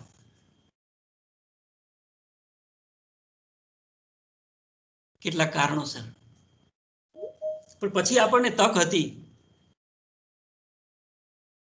પ્રજા તરીકે આપણા પોતાના નાટકને વધાવવાની, બિરદાવવાની અને એમાંથી આનંદ લઈ શકવાની આપણને જે ઈશ્વરે એક ક્ષમતા આપી હતી, એમાં આપણે નાપાસ થયા કદાચ. એટલે આપણને, જેને આપણે ગુજરાતી કહીએ એવું નાટક નથી મળ્યું. અને મારી શોધ આવા ગુજરાતી નાટકની છે. અને એમાં મને બીજા સમયમાં 1870માં મને એક નાટક મળ્યું હતું, જેમાં મને મારા ગુજરાતી સ્વાદ મળતા હતા. આ એવું બીજું ગુજરાતી નાટક છે, અને કદાચ એ વધારે બેટર પ્લે, વધારે બહેતર નાટક. કેવી રીતે બહેતર છે એની વાતો આપણે કરવી જોઈએ, પણ બાદશાહની છાવણી જોવા જવાની ઈચ્છા, એમાં જે બે વલણો છે ને, એ બે વલણો આ છે કે એક વલણ છે મુઘલોની જાહો જલાલીનું કુતૂહલ છે. માણસ માત્ર ની અંદર પડ્યું છે કુતૂહલ. હાલો ને જોવા જાય, મુરલી વાગી રે રાજાના કુંવર, ઝુલણ મુરલી વાગી રે રાજા, હાલો ને જોવા જાય મુરલી વાગી રે રાજાના કુંવર. મુરલી વાગે છે તો ટેમ્પટિંગ છે. આને હું આધુનિક સંદર્ભ સાથે પણ જોડી શકું. અને આપણા શોપિંગ મોલ્સ થી માંડીને બધાની 40 માળના આપણા જાહો જલાલીથી ભરેલા કાચમાં શણગારાયેલા આપણી બધી વસ્તુઓ, એક કુતૂહલ છે. હું નાટકના થીમ વિશે તમારી સાથે વાત કરેલો છું. એ કુતૂહલ છે, મુઘલોની જાહો જલાલીનું કુતૂહલ, અને કોઈ એકના વર્તનમાંથી થતો સંઘર્ષ છે.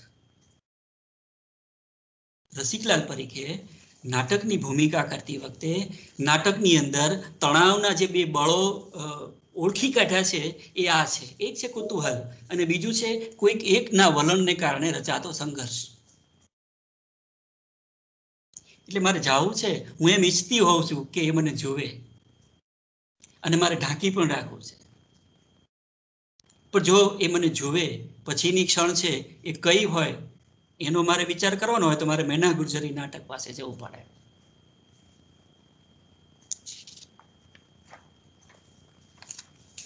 નવ દ્રશ્યોમાં આખું નાટક વિભાજિત થયું છે. એ પણ આજનો આંકડો છે. અને એમાંના પહેલા બે દ્રશ્યો છે, એની હું થોડીક વિગતે વાત કરવા ધારું છું.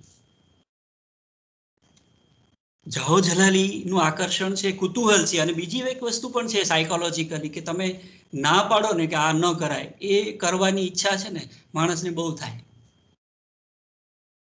અહીં ન થૂકવું એમ લખ્યું હશે ને, ત્યાં તમે જોશો ને તો આખી દુનિયાનો નકશો ચિતરાયેલો હશે. પગરખા અહીં ન કાઢવા એવું લખ્યું હશે ને, ત્યાં તમે જોશો તો નકરો ખડકલો ચપ્પલોનો થઈ ગયો હશે. તો આ એક હ્યુમન ટેમ્પરામેન્ટ છે, આ એક માનવીય સ્વભાવ છે કે નકાર આવે તો તરત જ કેમ નકાર, ના છે નહીં એમ. અને બીજી વસ્તુ કે તમે સ્ત્રી છો એટલે તમે અમુક હદથી વધારે દૂર કે વધારે આગે ન જઈ શકો, એવો જે સામાજિક ઢાંચો તમારા આસપાસ જીવી રહ્યો છે, એમાં આ એક વિદ્રોહ પણ છે. ના છે ના પાડો. તો અમથી કાકીએ કીધું કે અમે જોવા ગયા હતા, પણ હવે તમારે ન જવાય. કે જનરેશનના પણ મામલાઓ છે કે મોટી ઉંમરની સ્ત્રીઓ કે છે કે આવી એક છાવણી આવેલી, અમે જોવા ગયા હતા, પણ હવે તમારે ન જવાય. તમે ગયા હતા તો અમારે કેમ ન જવાય? તમારે ન જવાય, બસ કીધું ને તમને, તમારે ન જવાય. તો જે કોલોનિયલ સામંતી આપણી જે માનસિકતા છે, એ માનસિકતાની સામે અહીંયા વ્યક્તિના સ્વાતંત્ર્યનો એક સૂર નાટકમાં સળંગ સંભળાય છે. એ સ્વાતંત્ર્ય પેલી મેનાને એની બહેનપણીઓ સાથે, એની સખીઓ સાથે બાદશાહની છાવણી સુધી ખેંચી જાય છે, અને બાદશાહની કુદ્રષ્ટિ એના ઉપર પડી છે, અને એને એનું સત એની સાથે તુમુલ સંઘર્ષમાં ઉતર્યું છે. સતની ડબ્બી સાથે લઈને જવાનું છે. સતની ડબ્બી શું છે? એક કટારી સાથે રાખવાની છે બહેનોએ બહાર જાય ત્યારે, અને બીજું એમને સતની ડબ્બી સાથે રાખવાની છે. કટારી કોઈ આક્રમણ કરે તો પ્રતિ આક્રમણ માટે છે, અને સતની ડબ્બી જો આક્રમણ સહન થઈ શકે એવું ન હોય અને પોતાની જાતને સરી પડવાનો ભય હોય તો એમાં ઝેર છે પી લેવાનું છે. આવી સતની ડબ્બીઓ હવે મરચાના સ્પ્રેના રૂપમાં રૂપાંતરિત થતી જાય છે. ખુલ્લી બજારમાં રાત વરત આપણી બેન દીકરીઓ સાથે આપણો સમાજ, આપણો પુરુષ જે પ્રકારના ગેરવ્યવહારો કરે છે, એ ગેરવ્યવહારોના ચિત્રો છાપાઓમાં ભર્યા પડ્યા છે. પછી આપણે અભયા અને નિર્ભયા અને ચિંતાઓ કરીને આ ક્યાં સુધી આ નાટકની કથા છે એ ક્યાં સુધી ખેંચી આવી શકાય એમ છે, તો આજની સવાર સુધી ખેંચી આવી શકાય એમ છે. મર્યાદા વડોટીને, મર્યાદા એટલે શું? મર્યાદા વડોટીને બહાર નીકળતી સ્ત્રી ઉપર કોઈ પ્રકારના અત્યાચારની શક્યતા છે. પેલા બાદશાહે કીધું કે ચલ મને મારા મહેલમાં બેસ, તને ગરબામાં એની બહુ સામસામી વાતચીત બહુ સરસ છે, પણ નથી માની, અને એણે કીધું કે તું મને જેવી તેવી નહીં સમજતો, મારી પાસે 9 લાખ ગુજ્જરો છે અને કોઈ નથી તો હું એકલી જ છું પૂરતી. અને બાદશાહની સાથેનો એનો એ ભૂખ્યા તરસ્યા ચાલેલો એક ધારો સત્યાગ્રહ છે. એના ગુજ્જરો આવ્યા છે, અને એના મેનાના પિતા પણ લડાઈમાં આવ્યા છે, અને લડાઈમાં હરાવ્યા છે મુઘલોને. દિયરની સાથે મેના ભૂખી છે આટલા દિવસોથી, એટલે પાછી સાસરે આવી છે ઝડપથી, ત્યારે સાસુએ એને સ્વીકારવાની ના પાડી છે કે તમે બાદશાહની બીવી છો.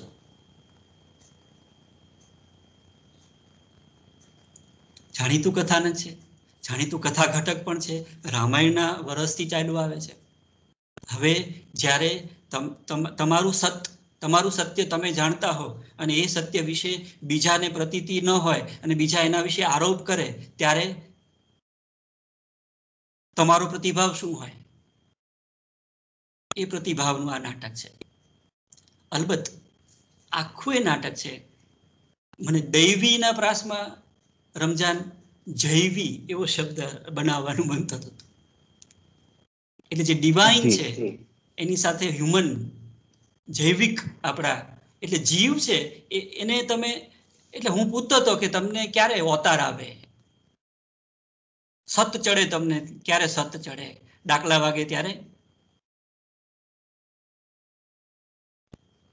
તો કટોકટીની જ્યારે ઇમોશનલ ક્રાઇસિસ હોય અને જ્યારે સોશિયલ ક્રાઇસિસ હોય, જ્યારે સામાજિક અને ઉર્મિગત કટોકટી હોય, ત્યારે તમારી અંદરનું એક, જો એ માયલો સાચો હોય તો એને સત ચડે. એ સત આ નાટકના 4 એકમોમાં પથરાઈને પડ્યું છે. અને મેના મટી અને દેવી થવાનું, કાલિકા થવાનું, કાલિકા જેને સાચવે છે અને કાલિકા જેને મોટી કરી છે અને એ જેની માં છે, એમ કરીને આ જે દૈવી પરિબળ છે એ પરિબળ એક વ્યક્તિની અંદર જ કેવી રીતે રમતું હોય, એનું આ નાટક એક પડઘો પાડે છે. નવા સમયમાં એમાંની કેટલી વાત વૈચારિક રીતે સ્વીકાર્ય થાય, કેટલી ડિબેટેબલ થાય, એનું લોજિક શું હોય. સાસુ ના પાડી દે કે તું તો પારકે ઘર રહી આવીશો, તું તો બાદશાહની બીબી હતી, અમે તને ન રાખીએ. તો કે છે કે ભલે બાદશાહની બીબી છે, એનો અંત સરસ છે. પણ એ પછી નીકળી ગઈ અને પાવાગઢ ગઈ, કથા લોકવાયકા પ્રમાણે, અને પાવાગઢમાં સમાઈ ગઈ.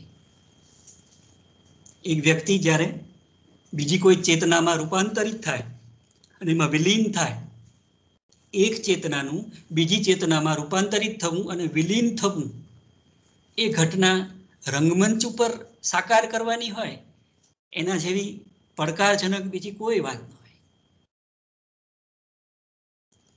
તું હી તેરી માં સે, આયા સમજ મેં? હિલ્લી નામની એક વાર્તા ઉમાશંકરની મને અત્યારે આ ક્ષણે યાદ આવી. તો 9 દ્રશ્યોમાં આ કથાનકને લેખકે વિસ્તાર્યું છે. એ 9 દ્રશ્યો થોડા એડિટ થાય એવા છે. એનો વર્તમાન સંદર્ભમાં એક ચુસ્ત બંધ બની શકે એમ છે. પણ નાટકમાં આ જે કુટુંબો છે, પિયરના કુટુંબો છે, સાસરિયાના કુટુંબો છે, પિયરમાં રહેતી બહેનપણીઓ છે, સાસરિયામાં જેનો સહવાસ થયો છે એવી સ્ત્રીઓ છે, અને પુરુષો છે, જેમાં પતિ છે, સસરા છે, દિયર છે.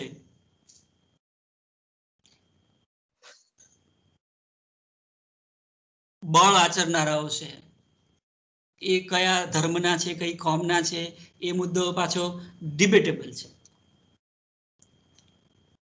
પણ આવા એક કથાનકને લઈને આ નાટક આવ્યું છે.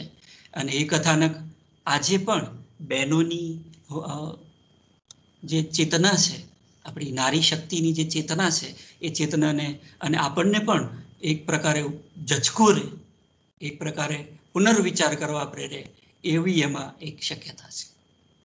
તો મેં નાટકનું કથાનક તમને કહી દીધું. એ નાટકમાં એમણે એક પૂજારી એવો વિચાર્યો છે જે બંને સ્થળોમાં જાય, જ્યાં કથા જતી હોય ત્યાં એનું હોવું જરૂરી હોય. એટલે મેનાના પિતાજીએ મેનાની માતાના અવસાન પછી મેનાને માની ખોટ ન લાગે એવી રીતે એની પરવરિશ કરી છે. અને એમાં સંકેતો ક્રમશઃ ગૂંથાયા છે.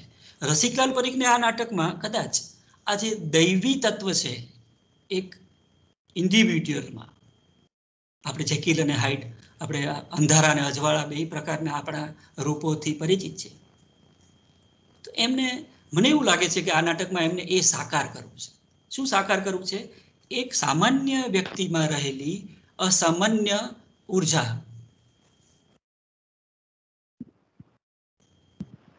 અને એને માટે એ એમણે એક પ્રપંચ કર્યો છે નાટક રચવાનો.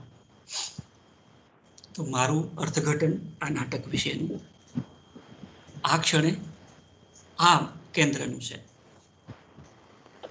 હવે જો એનો ઉપાડ છે ને એ આવો થાય છે. તમે મને રમજાનભાઈ જરા સમય કહેજો. આરામથી સર, આરામ. નાયક કે છે, જોજો, નાયક કે છે, ભરતે એવું સર્જ્યું નાટ્ય શિલ્પ અભિરામ, જાગે જેથી લોક આ ધારી દિલમાં હામ. અર્થો સમજાવવા જઈશ તો બહુ ટાઈમ લાગશે, એટલે હું બોલું છું એવી રીતે કે તમે પકડી લેજો. ભરતે એવું સર્જ્યું નાટ્ય શિલ્પ અભિરામ, જાગે જેથી લોક આ ધારી દિલમાં હામ. એવા એ લોકર્ષિના અમે બધા સંતાન, ફરતા ફરતા આવ્યા ગુર્જર દેશ સુજાણ. જે કે ગુર્જર લોકથી નામ પડ્યું ગુજરાત, તે ગરવા ગુર્જર તણી ચમત્કારી છે વાત. ચમત્કારી છે વાત, રાત દિન મનમાં રહેશે, શુરાની એ જાત લાત ના કોની સહેશે. તલવારે જે ધાર નાર એ ગુજરી જાણો, પતલી એ પણ યાર જાલતા જાળ જ માનો. કથા બતાવું આજ ગાજતા ગુર્જર જોજો, ગુજરીની એ લટક મટક થી સાવધ રહેજો.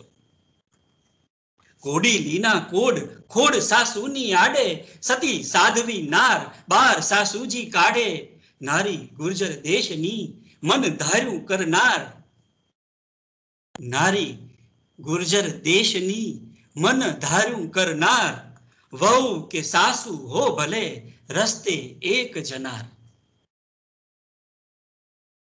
નાટકનો જે ઉપાડ છે એ આ એકમથી છે અને આમાં પછી આવનારી ઘટનાઓ છે એ ક્રમશઃ વણાઈ ગઈ છે. એટલે પહેલા જ દૃશ્યમાં નાયક જે એક ભૂમિકા રચે છે એ ભૂમિકામાં એક જ દિશામાં જનારી નાર છે એ દેખાડી છે.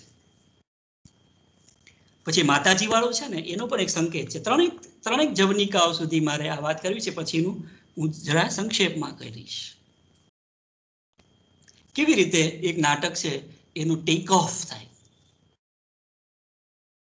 નાટકનો મધ્ય છે એ તો બાદશાહને સાથે લડાઈ સુધી પહોંચતી અને બાદશાહના હાથમાંથી કટારી ખેંચી લઈને એને માત કરતી એવી સ્ત્રી શક્તિ એનો મધ્ય છે. અને ત્યાંથી એનું ઉતરાણ છે. એ ઉતરાણમાં એનો અંત, એનો ઉપસંહાર છે એ અસ્વીકારનો છે. Not accepted by family.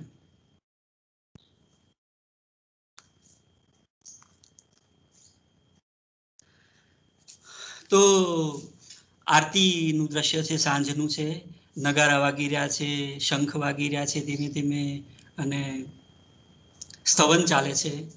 સ્તવન આવું છે, મહાકાળી સત્તારું જે જાણે સત તેનું સંભાળ ગુજરી બાળાને દુઃખને ટાણે મહાકાળી રખેવાળ.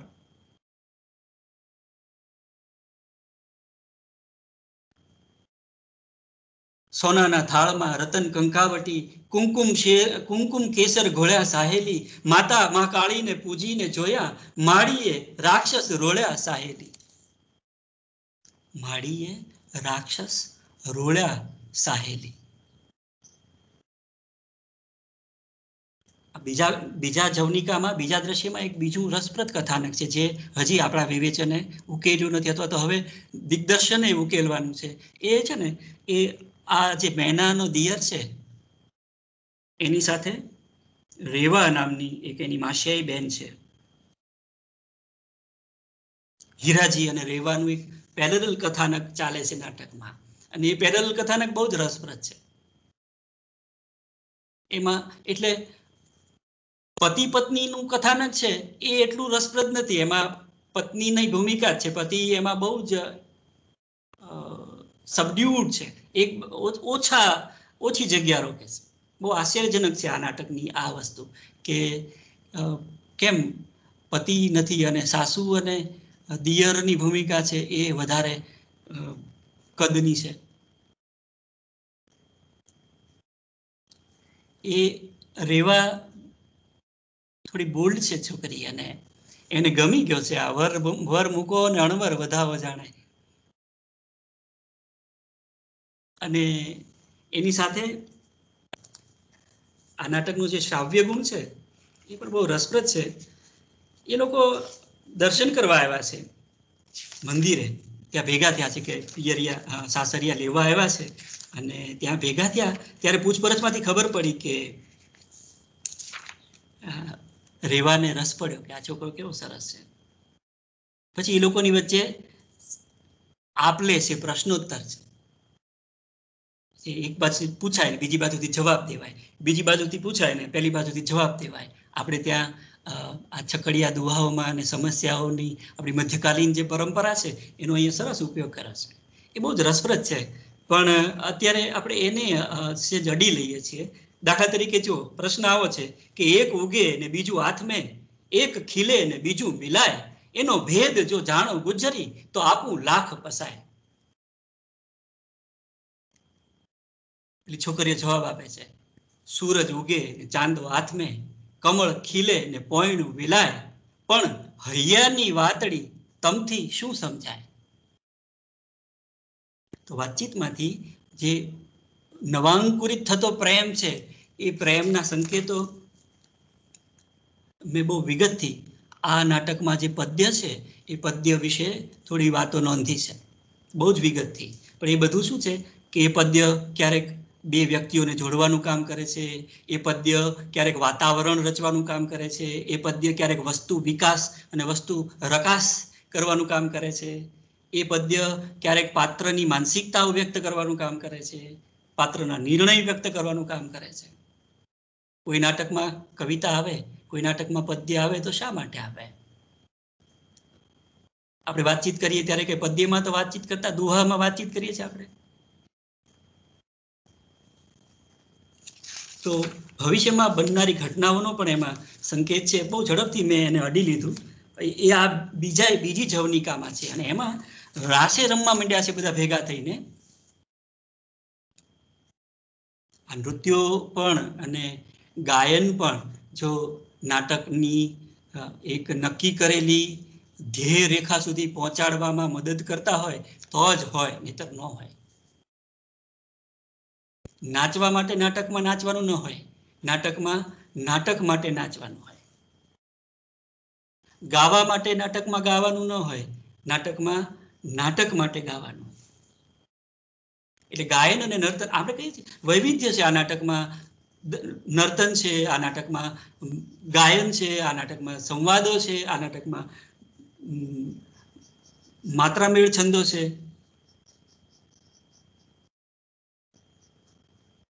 એ બધા કેવી રીતે નાટકની જે નક્કી કરેલી ધ્યેય રેખા સુધી પહોંચાડવામાં મદદ કરે છે કે નથી કરતા, એ આસ્વાદનો મુદ્દો હોય. વિદાય લેતી વખતનું આ દ્રશ્ય છે. પેલો હીરાજીની સાથે પેલી ઓફર કરે છે છોકરી રેવા, કે એટલે કે છે કે તમે તો સાવ કેવા છો ડઠ્ઠર. પેલો નથી સમજી શકતો. એ કે છે કે હું ભાભી લેવા આવ્યો છું, વહુ લેવા નથી આવ્યો. એટલે પ્રપોઝ કર્યું છે પેલી છોકરીએ, પણ એને ઠુકરાવવામાં આવ્યું છે. એટલે છોકરી છે એની બેનપણીને કહે છે કે મેના તારા સાસરિયા તો બધા બહુ ડઠ્ઠર ચામડીના છે, તું સાચવ છે. આમાં પણ પેલો સંકેત છે ભવિષ્યમાં જે તિરસ્કૃત થવાનો સંભવ છે એનો સંકેત છે. વિદાય વખતે કે છે, પિતાજી કે છે દીકરીને, બેટા જેને માં છે અને જેને નથી તે બધાની માં કાળી છે, એનું તને શરણ હજો. હવે આ પૂરું થયું ત્યારે એક નાનકડો એવો રંગ સંકેત છે. એ આવો છે કે મેના પિતાની ચરણ લઈને માથે ચડાવે છે, મંદિર ભણી ફરી મહાકાળી સામે જોઈ રહે છે, પછી આગળ જઈ સાષ્ટાંગ નમસ્કાર કરે છે. તો મને અહીંયા રસ પડ્યો છે, કેમ કે આ એક એવી નાનકડો એવો નિર્દેશ છે જે કૌંસમાં છે, ધ્યાનમાં ન આવે તો જતો રહે. સાષ્ટાંગ કરે છે, જાણે ઊભા થવાતું નથી. એટલે રેવા અને મીઠા એને ઊભી કરે છે. ફરી માતાને માથું ઝુકાવે છે, પિતા ભણી નજર કરે છે. એ શોક મૂર્તિને જાણે જોઈ શકાતી ન હોય એમ ઉતાવળે પગલે ચાલવા માંડે છે.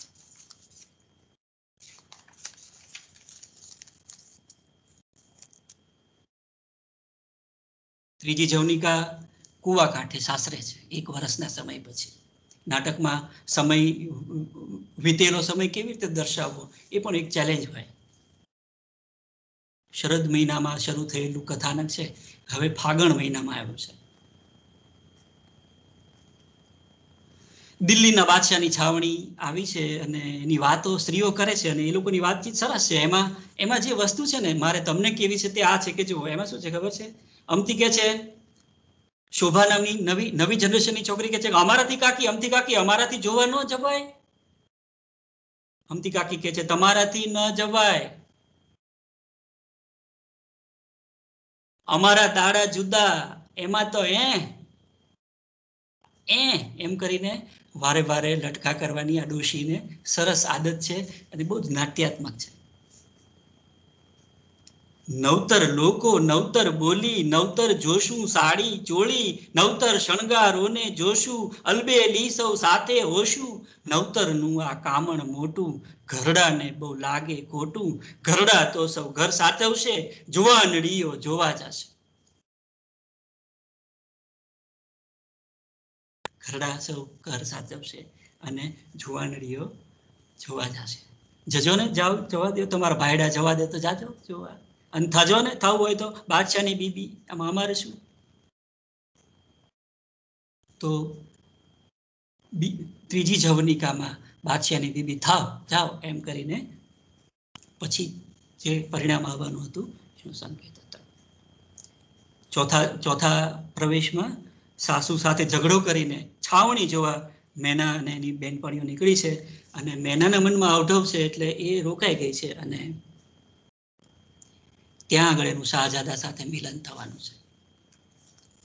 હવે એ જગ્યાએ લેખકે રંગસૂચન આપતા આપતા જે મેનાના મનમાં જે મૂંઝવણ છે એને રજૂ કરી છે એ હું તમને બીજા અવાજમાં સંભળાવું. દાખલા તરીકે પહોંચી તો ગઈ, અધવચ્ચે આવી ગઈ, પછી એને અવઢવ થઈ કે મેં બધા વડીલોની ઉપરવટ જઈને આવું એક પગલું તો ભર્યું, પણ મેં બરાબર કર્યું કે નહીં, અને અધૂરામાં પૂરું કટારી અને સતની ડબ્બી ભૂલી ગઈ. હવે જે લેખકે કૌંસની સૂચના આપતા આપતા જે કર્યું છે એમાં મને નાટકના વિદ્યાર્થી તરીકે રસ છે, એટલે મેં બે દીકરીઓને કીધું છે કે તમે આમાં મને મદદ કરો, આપણે સાંભળીએ. દાખલા તરીકે, મારી કટારી અને સતની ડબ્બી રહી ગઈ. છેલ્લી રહેલી સખીને છાવણીમાં અદ્રશ્ય થતી જોઈને જાણે હામ જતી રહી હોય એમ વિવશ થઈ ગઈ છે મેના, અને અદ્રશ્ય થતી સખીને જાણે કે સંબોધતી હોય એમ કે છે,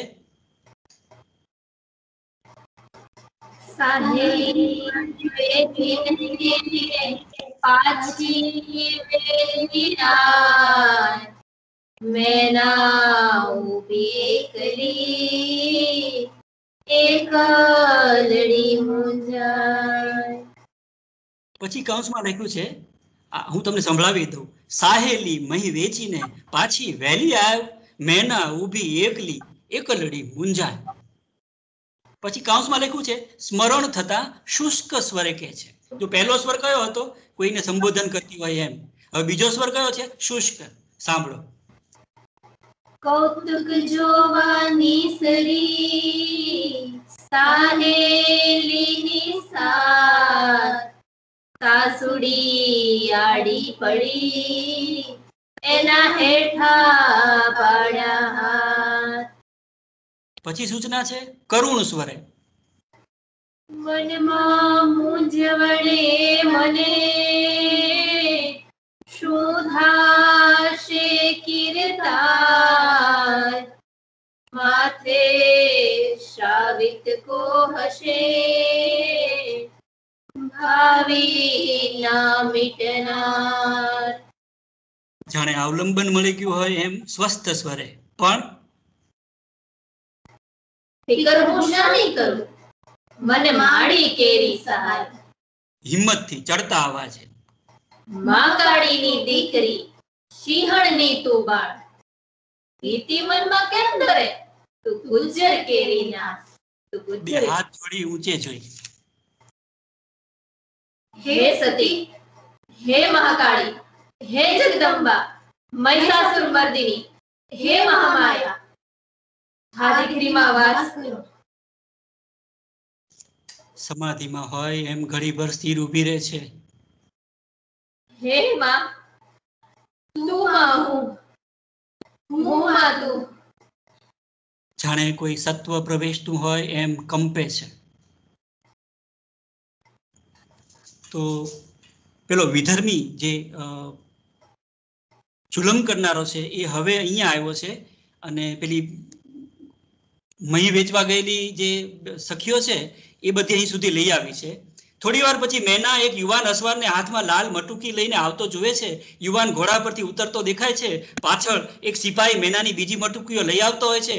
અને હવે પેલી ભાષાનું જે એક ફ્લેવર છે, પેલો શાહજાદો કે છે, ક્યા દિલકશી ક્યા હૈ ખૂબી, ક્યા ખૂબ રૂઈ ખુશનુમાઈ, ખૂબસૂરતી ક્યા બની દીઠી ન એસી દિલ રૂબાઈ. પછી એ લોકોની વાતચીતમાં જે ઉર્દુ અને ગુજરાતીના એ લોકોની પૃચ્છા અને જવાબમાં જે ઉર્દુ અને ગુજરાતી છે બહુ જ રસ પડે એવી છે. કે છે કે ચાલ મારી સાથે તને હું બહુ બધી મજા કરાવીશ, એમ બધી ઓફર કરે છે. તમને ખબર છે કે કુવા કાંઠે ઠીકરી કઈ ઘસી ઉજળી થાય, રેવા દો જવા દો મોરબીના ઠાકોર, એમાં છે ને કે તમે એના મૂળ રેવા દો, તમારું બધું ડૂલ થઈ જશે. આ મૂળના પ્રાસમાં ડૂલ છે ને એ આપણા લોકની ઉર્જા છે. શાહજાદો કહે છે કે હમારા હાથી મકના દેખ ગૌરી ગજબ હૈ ઉસકા ખેલ. તો પેલી ગુજરાતી છોકરી જવાબ આપે છે, બડી હૈ ભૂરી મેરી ભેંસ, સવામણ દૂધ કી દે શેર. બાદશાહને નવાઈ લાગે છે કે અજીબ નારી લગે પ્યારી, જલાવે ઇશ્ક કા આતિશ, छिपे कैसे हमारी यह तड़पते दिल की ख्वाहिश. मैंने संबोधित से, कह किस देश से आई, कह किस गांव में रहना, कह किस कौम की नारी, कह जी नाम क्या अपना. જવાબ સાંભળો, માંડવ ગઢની દીકરી, બડ ગુજ્જરની જાત, ગઢ ગોકુળમાં પરણ્યા, રેવત ગુજ્જર ના, ચંદા પુરુષના ઘરની નારી, મેના મારું નામ, સમજ સમજ હે બાદશાહ, બાત કરો ના હરામ.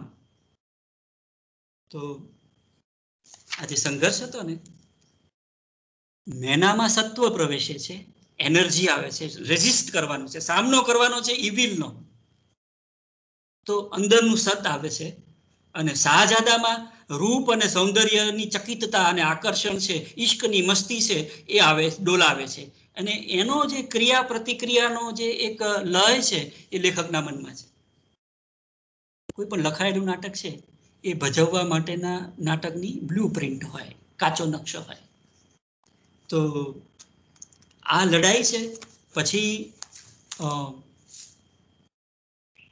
બ્રાહ્મણે સંદેશો આપ્યો અને લડવા માટે ગુજ્જરો આવ્યા, અને એ લડાઈનો 5 દ્રશ્યોમાં નિર્વહન છે.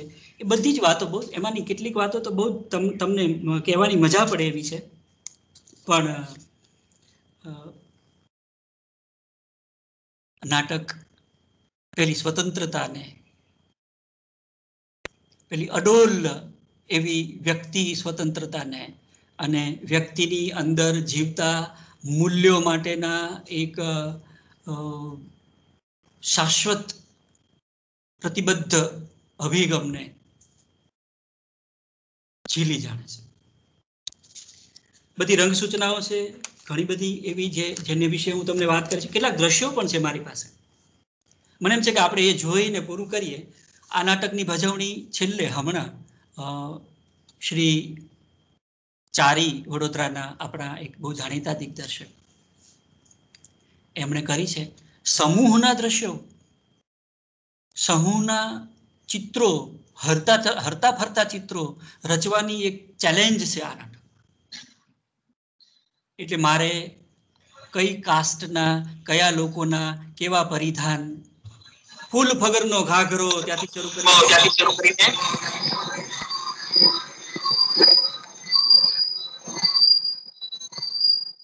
ગરબામાં એના નિર્દેશો છે. તમને થોડા દ્રશ્યો બતાડવા. મને એમ છે કે એની સાથે આપણે આ વાત આજે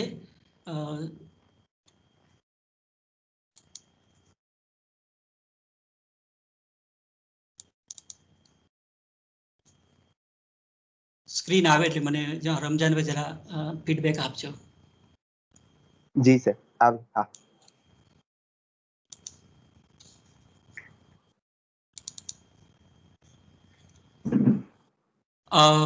હેલ્લારોમાં તમે જે સમૂહ નર્તનના દ્રશ્યો જુઓ છો, બહેનો અને ભાઈઓ જે રીતે નાચે છે, એ તો આખું ઢોલના આકર્ષણનું અથવા તાલના આકર્ષણનું નાટક છે.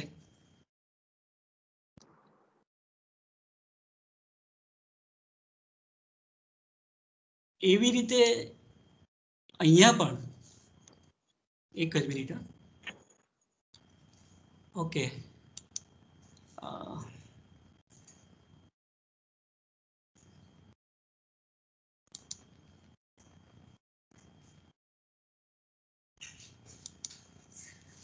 મને એના એક ફંક્શનમાં ખબર નથી પડતી, એટલે હા યસ, હા મને મદદ કરી રહ્યા છે બેન. તમે શેર કરી દીધું, ફરીથી શેર છે ને બંધ કરી દો, સ્ટોપ શેરિંગ કરી ઓકે ઓકે. આપણે મને એમ છે કે રહેવા દઈએ. ફરીથી હવે શેર કરો, થઈ જશે. ના ના સર પ્લીઝ, વાંધો નથી. ઓકે હવે થઈ જશે. હવે હું કરી શકીશ. તમને હું 2-3 દ્રશ્યો દેખાડું એ નાટકના. મને એ દ્રશ્યો એટલે મને એમાં રસ એટલે છે કે એક નાટકની ગતિ છે, એક નાટક સાકાર કરવાનું હોય નાટકને, એ નિરાકાર વસ્તુ છે, એને સાકાર કરવાની હોય ત્યારે એ જુદી જુદી રીતે સાકારિત થતું હોય. મંચ પર એનું વિભાવન છે એ દરેક ભજવનારનું પોતાનું હોય અને એના દિગ્દર્શકનું હોય. તો અહીંયા આગળ જો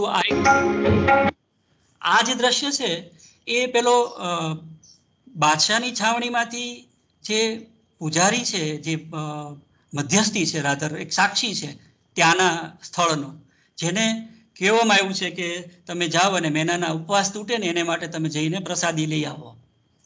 એટલે એ પાછો મેનાના સાસરીના ગામે કહેવા આવ્યો છે કે તમે લોકો ચાલો દીકરીને અને બહુઓને બધાને પૂરી દીધા છે અને એને છોડાવવાના છે. એ વખતે ગઢપાદરમાં આ લોકો નૃત્ય કરી રહ્યા છે. એ નૃત્યનું જે ગીત છે એ ગીતમાં પણ થોડા શબ્દો નાટકને આગળ વધારે એવા છે, પણ એ અહીંયા તમને સમજી નહીં શકો તમે, પણ જો એનું જે વિઝ્યુઅલ છે ને તે આ છે.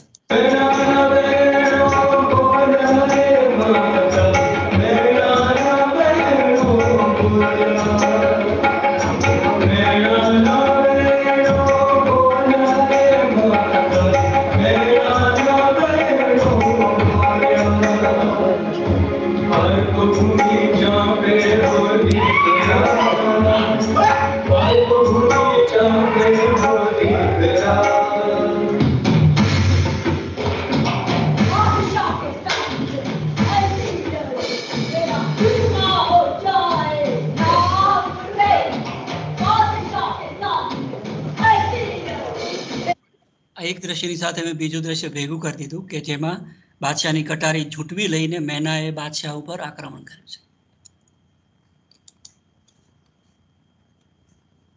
જે શ્રાવ્ય અનુભવમાં મેં તમને બહેનો પાસેથી સંવાદો સંભળાવ્યા, એ શ્રાવ્ય અનુભવ પછી મેનાની અંદર કેવી રીતે સત આવવા માંડ્યું અને એની ફિઝિકલ, એની બોડી લેંગ્વેજ છે એ કેવી થઈ, એ તમને એક નાના દ્રશ્યમાં હું દેખાડું.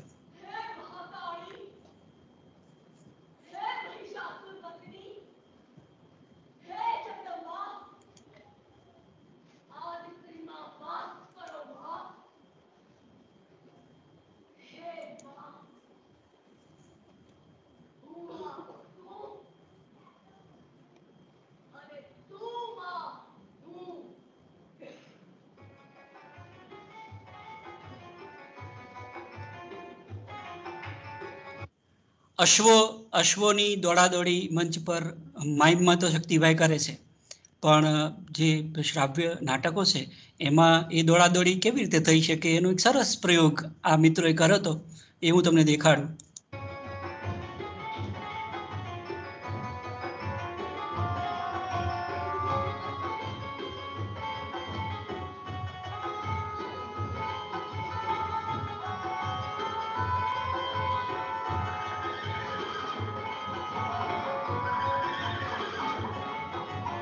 એમાં તમે સંગીત પણ જુઓ છો કે પ્રતિનિધિત્વ કરે છે કોઈ ચોક્કસ સંસ્કાર.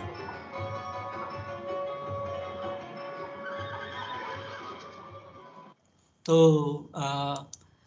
આ કળા છે. હવે કાલિકા માતામાં મેનાનું સમય જવું છે, એ જે કટોકટીનું છેલ્લું દ્રશ્ય છે એ આપણે જોઈ લઈએ અને પછી આપણી વાતને આજના પૂરતો વિરામ આપીએ.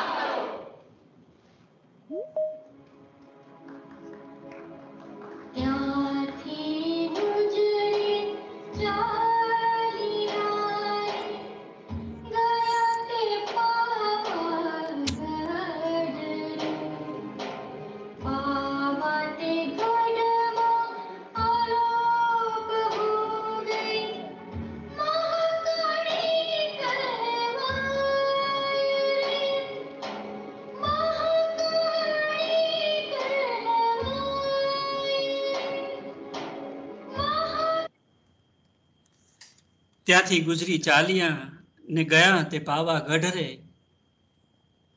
કે પાવા તે ગઢમાં અલોપ હો ગઈ, મહાકાળી કહેવાય રે. પછી છેલ્લે કાંસમાં લખ્યું છે કે આ સાંભળીને આપણે વધારે જોવા સાંભળવાની અપેક્ષા ન રાખીએ, જવનિકા ખેંચાય છે. હવે આપણને અપેક્ષા જે રહે એ કઈ રહે કે સારી કૃતિઓ છે ને તે હંમેશા બીજી નવી કૃતિઓના ઉદ્ભવ માટેની ભૂમિકા પાડે પૂરી. સ્વરૂપ ધ્રુવે આ નાટક ઉપરથી એક નાટક લખ્યું મેના, અને એમાં એમણે પ્રશ્નો ઉઠાવ્યા કે ક્યાં સુધી તમે આ બધી રેખાઓ દોરતા રહેશો, અને ક્યાં સુધી તમે શિયળ અને ચારિત્રને સાથે જોડશો, અને ક્યાં સુધી તમે એટલે વિમન્સ લિબની જે નારી મુક્તિની જે ચેતના છે એને લઈને એમણે એ નાટક કર્યું. એમાં થોડાક નવા પાત્રો પણ એમણે ઉમેર્યા. એના વિશે વાત કરવાનો આપણને અત્યારે ઉપક્રમ નથી. નિરંજન રાજ્યગુરુએ એક નાટક લખ્યું, એ નાટકનું નામ મેના ગુર્જરી, અને એમાં એમણે રક્ષણાત્મક તાલીમ અને આક્રમણની તાલીમ બહેનોને આપતી એવી એક શિબિર શરૂ કરાવડાવી. મેના નક્કી કરે છે કે હવે હું મહાકાળી પાસે નહીં જાઉં, હું બીજી બહેનોને તૈયાર કરીશ, બીજી બહેનોને તાલીમ આપીશ, અને એમને હું રક્ષણ અને આક્રમણની બધી બારીકીઓ શીખવાડીશ. અને સાસુને ત્યાં આગળ પશ્ચાતાપ થયો છે, અને એ માફી માગે છે કે મારાથી ભૂલ થઈ ગઈ, તું ના જા. તો સારી કૃતિઓ છે એ નવી કૃતિઓના આવિર્ભાવ માટે પણ તમને ઉશ્કેરે, તમને તક આપે. મને એમ છે કે મેના ગુર્જરી નાટકનો થોડો સ્વાદ, જેમાં રૂમે રૂમે ગુજરાતી સંભાર ભરેલો છે, એવી આ નાટ્યકૃતિ વિશેનો થોડોક સ્વાદ મેં તમને આપ્યો. મુગલે આઝમ માટે જેમ કહેવાતું હતું કે આસિફને એનું એક સપનું હતું, એમ આજે બોલનારનું પણ એક સપનું હતું કે મેના ગુર્જરી એકવાર ભજવવું છે. એટલી બધી દીકરીઓ ચારે બાજુ આસપાસ છે કે એમની સંવેદના અને આ નાટકની સંવેદનાને એક મહત્વાકાંક્ષી રીતે, પાગલ લોકો જ હોય મહત્વાકાંક્ષી, તો એવી મહત્વાકાંક્ષી રીતે એ રચવાનું એક ઘણા વખતથી સ્વપ્ન જોયું હતું. આજે આ નાટક ફરીવાર વાંચવાનો મોકો મળ્યો ત્યારે એ સ્વપ્નું પાછું ફૂફાડા મારવા માંડ્યું, અને છોકરાઓ પણ પાછા માંગ કરવા માંડ્યા કે હાલો સાહેબ આપણે ભજવીએ. મનની રંગભૂમિ પર તો ભજવું હવે ક્યારેક જોઈએ ઈશ્વર અને આ દેશકાળ ક્યારે આપણને મોકો આપે છે ફરીથી રંગભૂમિ ઉપર રમવાનો. ત્યાં સુધી તમારો બધાનો આભાર. મેં થોડોક વધારે સમય લીધો, પણ મિત્ર રમજાન અને આચાર્યશ્રી, તમારો ખૂબ આભાર. મને આજે આ નાટક વિશે જેટલું કહેવાનું સૂઝ્યું એટલું મેં તમારી સાથે શેર કર્યું. ઉચ્ચારણના સંદર્ભો છે ને તે રમજાનભાઈની સાથે મારે ક્યારેક તમે લોકો અનુસ્વાર બોલો ને તો તમારા અનુસ્વારો બધા સંભળાય પાછળ, ટૂંકું એમ તમે તો અનુસ્વાર સંભળાય. એવી રીતે તમે લોકો નળાખ્યાન બોલો ને તો એમાં એક ડ તરફનો અળ સંભળાય. એટલે આ જે ઉચ્ચાર વૈવિધ્ય છે આપણા પ્રાંતનું, એ પણ લોકેશન નક્કી કરે છે. એટલે મેના ગુર્જરી કચ્છમાં ભજવાતું હોય તો ઇટ્સ અ ડિફરન્ટ પ્લે, અને મેના ગુર્જરી પંચમહાલમાં ભજવાતું હોય તો ઇટ્સ અ ડિફરન્ટ પ્લે. એ તમે કયા પ્રાંતની પ્રતિનિધિત્વ આપો છો તમારા નાટકમાં, એ પણ એક વાત છે. પણ ચલો, ઘણી વાતો હતી, એમાંની થોડીક મેં તમને કરી છે. Thank you. બિલકુલ આભાર સાહેબ. ઉત્તમ વ્યાખ્યાન એ જ છે કે જે બાકી રહેતું હોય છે. આપણે બધાએ આટલા લાંબા સમય સુધી આ સાંભળ્યું, અને છતાં આપણને એમ થયું કે હજી આટલો જ કે આનાથી પણ વધારે સમય આ સાંભળ્યા કરીએ. અને હજી તો કેટલી વાતો, મને એમ થાય કે સાહેબ આ તો તમે હવે કરો પાછા, હજી આ તો રહી ગઈ, આ તો વાત કરો, આ તો વાત કરો. અને આપણને એમ થાય કે સાહેબ બોલ્યા જ કરે, અને હજી આપણે એમ કઈ છોડીએ એમ નથી. હું ઈચ્છીશ કે આપણી સાથે જે મિત્રો જોડાયા છે, સાહેબના બોલી લીધા પછી આ વિશે કઈ વાત કરવાનું અમારું કોઈનું ગજુ નથી, પણ અમે બધા ઈચ્છીશું કે સાહેબ સાથે આ નિમિત્તે સંવાદ થાય. અને હજી આમાંથી થોડું ઉલેચાઈને આવે તો આપણી સાથે જોડાયેલા મિત્રોમાંથી કોઈ પોતાની વાત મૂકવા ઈચ્છે, કોઈ પોતાનો પ્રશ્ન રજૂ કરવા ઈચ્છે તો ખુલ્લું આમંત્રણ છે, તમે લોકો આવીને પોતાની વાત કરી શકો. બિલકુલ સ્વાગત છે.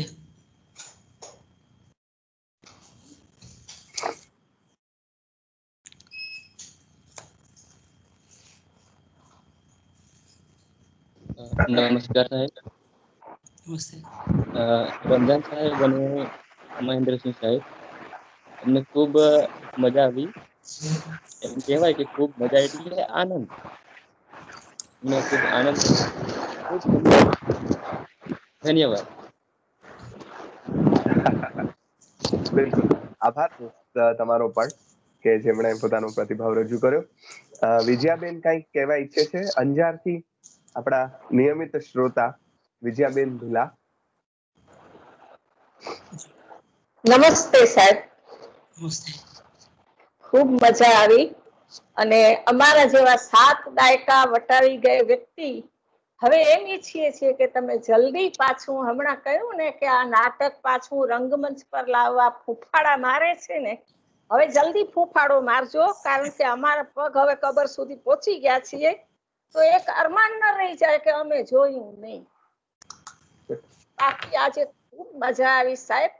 આજે દશેરા છે અને અમારે કચ્છમાં રિવાજ છે કે જલેબી ફાફડા વગર દશેરા ઉજવાય નહીં. પણ આ કોરોના કાળમાં ક્યાં જલેબી ફાફડા લેવા જઈએ, પણ તમે આજે એવી રસભરી જલેબી પીરસી છે, પણ હવે ફાફડા પીરસવા તમારે આવવું પડશે, સ્ટેજ પર આવવું પડશે અને અમારે જોવું જ છે. હું ભૂલતી ન હોઉં તો આપ તખતસિંહ પરમારના સન ને?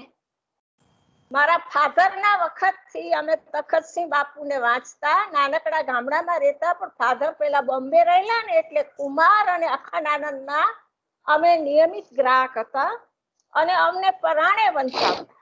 બાપુજી પરાણે વંચાવતા. પછી તો તમારો રખડુનો પત્ર અને આ તેને ઘણું બધું વાંચ્યું છે. ત્યારે હું મારા મિત્રોને ઘણીવાર કહેતી કે આ માણસ કેવો કે પોતાના બાપુજીને આમ ઓલો શબ્દ સૃષ્ટિમાં આવ્યો હતો ને તમારો પત્ર, ત્યારે હું કહું કે આ માણસ તે કેવો, ત્યારે કોઈકે મને કહ્યું કે એ આપણા તખતસિંહ બાપુનો દીકરા છે. ત્યારે તો બહુ મજા આવી ગયેલી, બહુ મજા આવી ગયેલી. અને આજે તો એટલી સાહેબ મજા આવી છે, પણ તમે ઘણું બધું વચ્ચે વચ્ચે મૂક્યું છે ને, એ અમને બધું સાંભળવું છે. ક્યારેક ભલે 24 કલાક લાગે, પણ એકવાર તમારો પ્રોગ્રામ રમજાનભાઈને કહીએ, પરેશ સાહેબને કહીએ, અમને સાંભળવો જ છે.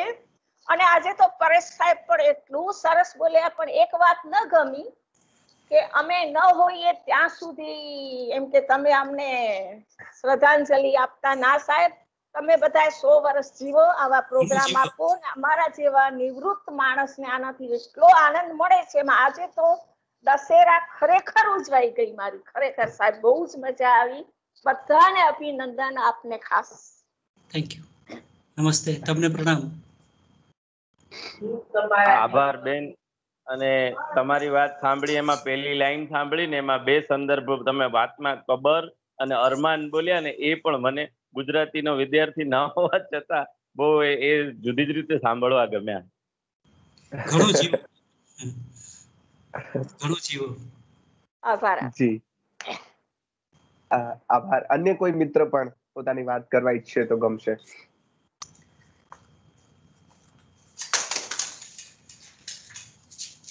શક્તિભાઈ હોય તો મને રસ હતો કે અમે એ ચર્ચા કરી શકત કે અમારું બેનું વિભાવન છે આ નાટક વિશેનું.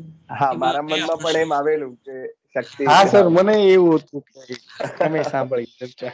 એ જો હોય તો એનું કહેવાનું એવું હતું કે નાટક થોડુંક વધારે રોમેન્ટિક છે અને લેખકે કેટલીક જગ્યાએ કેટલાક નિર્દેશો એવા કર્યા છે કે હવે તો આવું કોણ નાચવાનું ને, હવે તો આવું કોણ ગાવાનું ને, એમ કરીને એણે જાણે ભજવનારાઓ ઉપર એમને લેખક તરીકે શ્રદ્ધા ન હોય એવું એમણે લખ્યું છે. એટલે પેલો ભજવનારો ઉશ્કેરાઈ ગયો છે કે આવું શેનું લખે કે હવે તો કોણ નાચવાનું ને હવે તો કોણ ગાવાનું.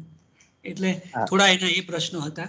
બીજું કે નાટકમાં એની જે સબટેક્સ્ટ છે, એનો જે આંતરપાઠ છે, એ પાઠ તમને હંમેશા નિમંત્રણ આપતો રહે તમારા અર્થઘટનો માટે. કેટલીક વસ્તુ અમે આજે દોહાઓમાં સંવાદ આપણે કરતા હતા ત્યારે અમને સાંભળતી વખતે દેખાતી હતી, તો અમને રસ પડ્યો કે અરે આ તો આપણે અમતા ગાયા તોય આપણને દેખાણા, તો ખરેખર ભજવીએ ત્યારે તો કેવા લાગે. એટલે એ રીતે અમને તાળા મળતા હતા કે કેટલીક વસ્તુ ટાઢી પડી હોય પણ પછી તમે કોઈ ઉર્જા એમાં સિંચો તો તમને ખ્યાલ આવે કે એની પોતાની એનર્જી છે એ કેટલી બધી પોટેન્શિયલ ક્ષમતા વાળી હશે. શક્તિભાઈ આપણી સાથે જ છે અને હું ઈચ્છીશ કે એ અહીંયા આવે અને વાત કરે. હા,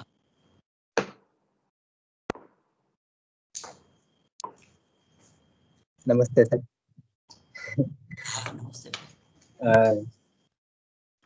બહુ મજા આવી અને મારા ઘણા બધા જે હું ચૂકી ગયો એવા બધા રસ કેન્દ્રો મને આજે સાંભળવા મળ્યા અને મારી પાસે મને એના થોડાક ઉકેલો પણ મળ્યા કે મેં જે થોડીક ગાંઠો વાળેલી હતી એની પાછળના મારા પોતાના જે અર્થઘટનો હતા એ હતા અને ખાસ તો મારા ઉપર સંદર્ભ હતો. શક્તિભાઈ તમારું મોઢું દેખાડો, શક્તિભાઈ તમારું મોઢું દેખાડો. હા બેન, ઘૂંઘટ કે પટ ખોલ તો એ પિયા મિલેંગે. હું બહાર જવું પડશે મારે, અહીંયા લાઈટ થોડાક છે ને એટલે. કશો વાંધો નહીં શક્તિ. હા, તો મારા મનમાં જે રેફરન્સ હતો ને એ આ હતો કે આપણે જે એક આનું મંથન જોયેલું મિથ્યાભિમાનની સમાંતરે કલકત્તામાં, અને હું ભૂલતો ન હોતો કલકત્તામાં તે કદાચ કે એ બીજું વડોદરામાં. નાટક, એ બીજું નાટક હતું. હા, એ તો મકનજી હતું. મકનજી હતું. પણ એના કારણે તમે કીધું ને સાહેબ કે એક પ્રદેશ, એક ગુજરાતનો એક ખૂણો છે એની ટીમ ભજવે છે ત્યારે એક અસર જુદી હોય છે, બીજી ટીમ ભજવે છે તો અસર જુદી હોય છે. એ રીતે તો મારા મનમાં એનો બહુ એ રહી ગયેલો. જે પરફોર્મન્સ જોયું ને એના પછી સતત મારી સામે જે વાંચતી વખતે પણ વિઝ્યુઅલ આવતા એ નાટકના જ આવતા, એ કલાકારોના આવતા, અને એની થોડી ઘણી એ વખતે મને જે મર્યાદાઓ દેખાણી હતી એ સાથે સાથે આવતી હતી. પણ તમે આજે જે વાત કરી ને કે એમાંથી હું નીકળી ગયો બહાર, એ આખા પ્રવાહમાંથી નીકળી ગયો ને શુદ્ધ ખાલી ટેક્સ્ટ પાસે જઈ અને પછી હવે આપણે આપણી કોઈ એક પ્રત કેવી રીતે રચી શકાય એ એક મને મળ્યું. એટલે મને આની જ જરૂર હતી કે હું એમાંથી બહાર નીકળું, એક મારા રચી લીધેલા એક માહોલમાંથી બહાર નીકળું અને થોડીક વેરામણ વગરની કૃતિને જોતો થાવ. તો મજા પડી. હજી એક વાર પાછું યુટ્યુબ ઉપર તો ફરી વાર એક વાર સાંભળી જ રાખું છું, પણ મજા આવી. Thank you. Thank you. ઘણું બધું એવું હતું કે જયારે સાહેબ વાત કરી રહ્યા હતા ત્યારે મને એમ થતું હતું કે આ શક્તિ માટે જ આવી રહ્યું છે કેટલુંક. એટલે બહુ મજા પડી કે શિક્ષક વિદ્યાર્થી વચ્ચેનો આ સંવાદ આ રીતે વિસ્તરે અને આપણા બધા સુધી આ ફોર્મમાં પહોંચે. કે ઉહાપો એ તો શિક્ષણનું કામ છે. એટલે વિદ્યાર્થી પ્રશ્ન કરે કે મને આ નથી ગમ્યું, એના કારણો છે, અને એને ગમાડતું કરવા સાહેબ કેવું કેવું કરે અને એને ગમાડે આખરે, તો એની મજા આખી જુદી છે. આપણે માણી છે આ મજા.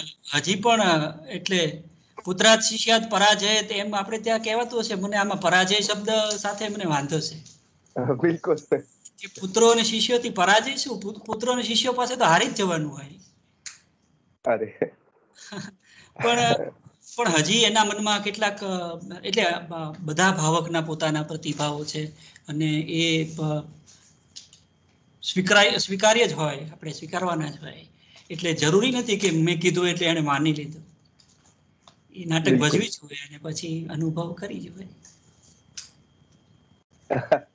બિલકુલ. આમાંથી એક ઈશારો બધાને જે મળ્યો છે, બધાને બહુ મન છે. જેમણે આ પોસ્ટ વાંચી ત્યારથી બધાને એમ છે કે સાહેબનું સપનું છે કે આ નાટકનું મંચન એમના દિગ્દર્શન તળે થાય. તો અમે એમ થાય કે સાહેબ જલ્દી વિજયાબેને જે ઈચ્છા વ્યક્ત કરી છે ને આપણે રાપર કોલેજ દ્વારા જ અહીંયા જ એનો પહેલો શો કરીએ, એવું પણ અમને અત્યારે બીજ વાવવાનું મન થાય છે. ઇન્શાલ્લાહ. શાબાશ રમજાન, શાબાશ રમજાન. જે કઈ ખર્ચો થશે હું આપીશ, પણ રાપર કરાવજો. આમીન આમીન. અરે બિલકુલ, ઇન્શાલ્લાહ. બહુ મજા આવે. જુઓ આ સાહિત્યના ભાવકોની, આપણા બધાના મિત્રોની આ ખુશી અહીંયા દેખાઈ રહી છે આપણને બધાને.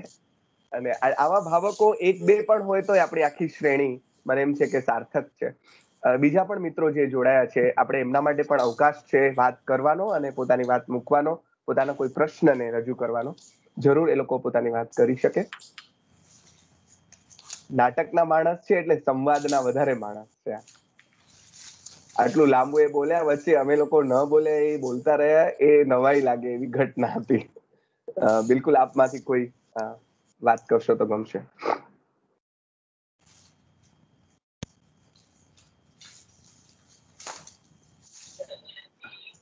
સાહેબ, એક રિક્વેસ્ટ એ છે કે તમે લાલન કોલેજમાં જે પોસ્ટ અને સોશિયલ મીડિયા વાળી જે સંઘર્ષની વાત હતી, એ જે છે એ તમે જે ત્યાં રજૂ કરી હતી એ જ રીતે જો રજૂ કરો અમારા આ પ્રોગ્રામમાં, અને અથવા તો કોઈ બીજા પણ, તો ખરેખર જ છોકરાઓને અને અમને બધાને તો ગમશે, પણ એ લોકોને નવી વાતની ખબર પડશે.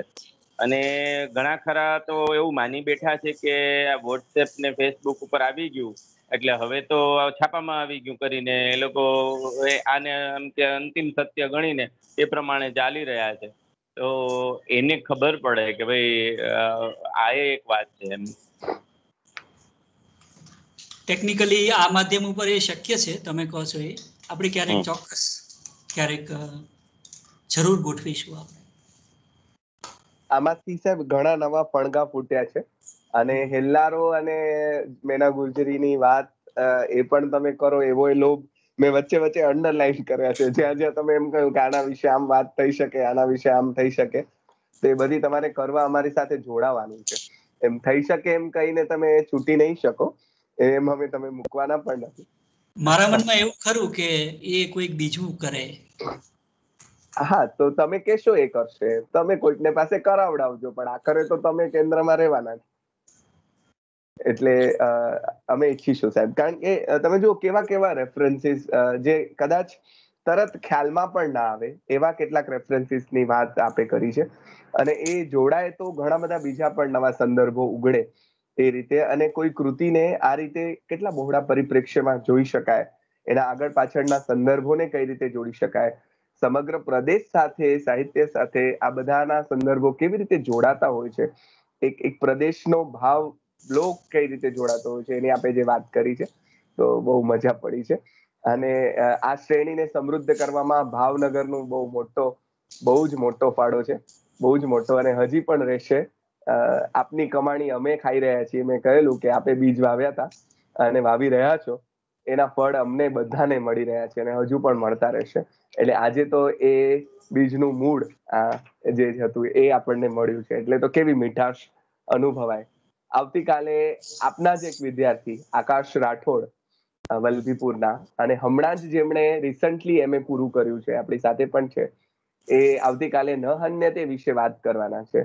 ત્યારે એટલો આનંદ છે કે આગળ વિદ્યાર્થીઓ, વચ્ચે સાહેબ, ને પાછળ પાછા વિદ્યાર્થીઓ, ને આ જમાત કેટલું મોટું કામ કરી રહી છે, એનો એક બહુ જ મોટો રાજીપો સાહેબ અનુભવાય છે.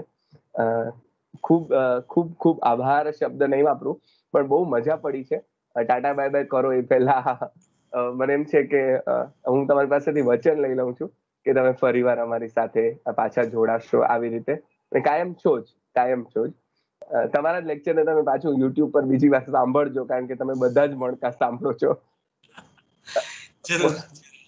ખૂબ આનંદ થયો. મારો હૃદયપૂર્વકનો ઉમળકો તમને બધાને, તમને પ્રેમ. Thank you.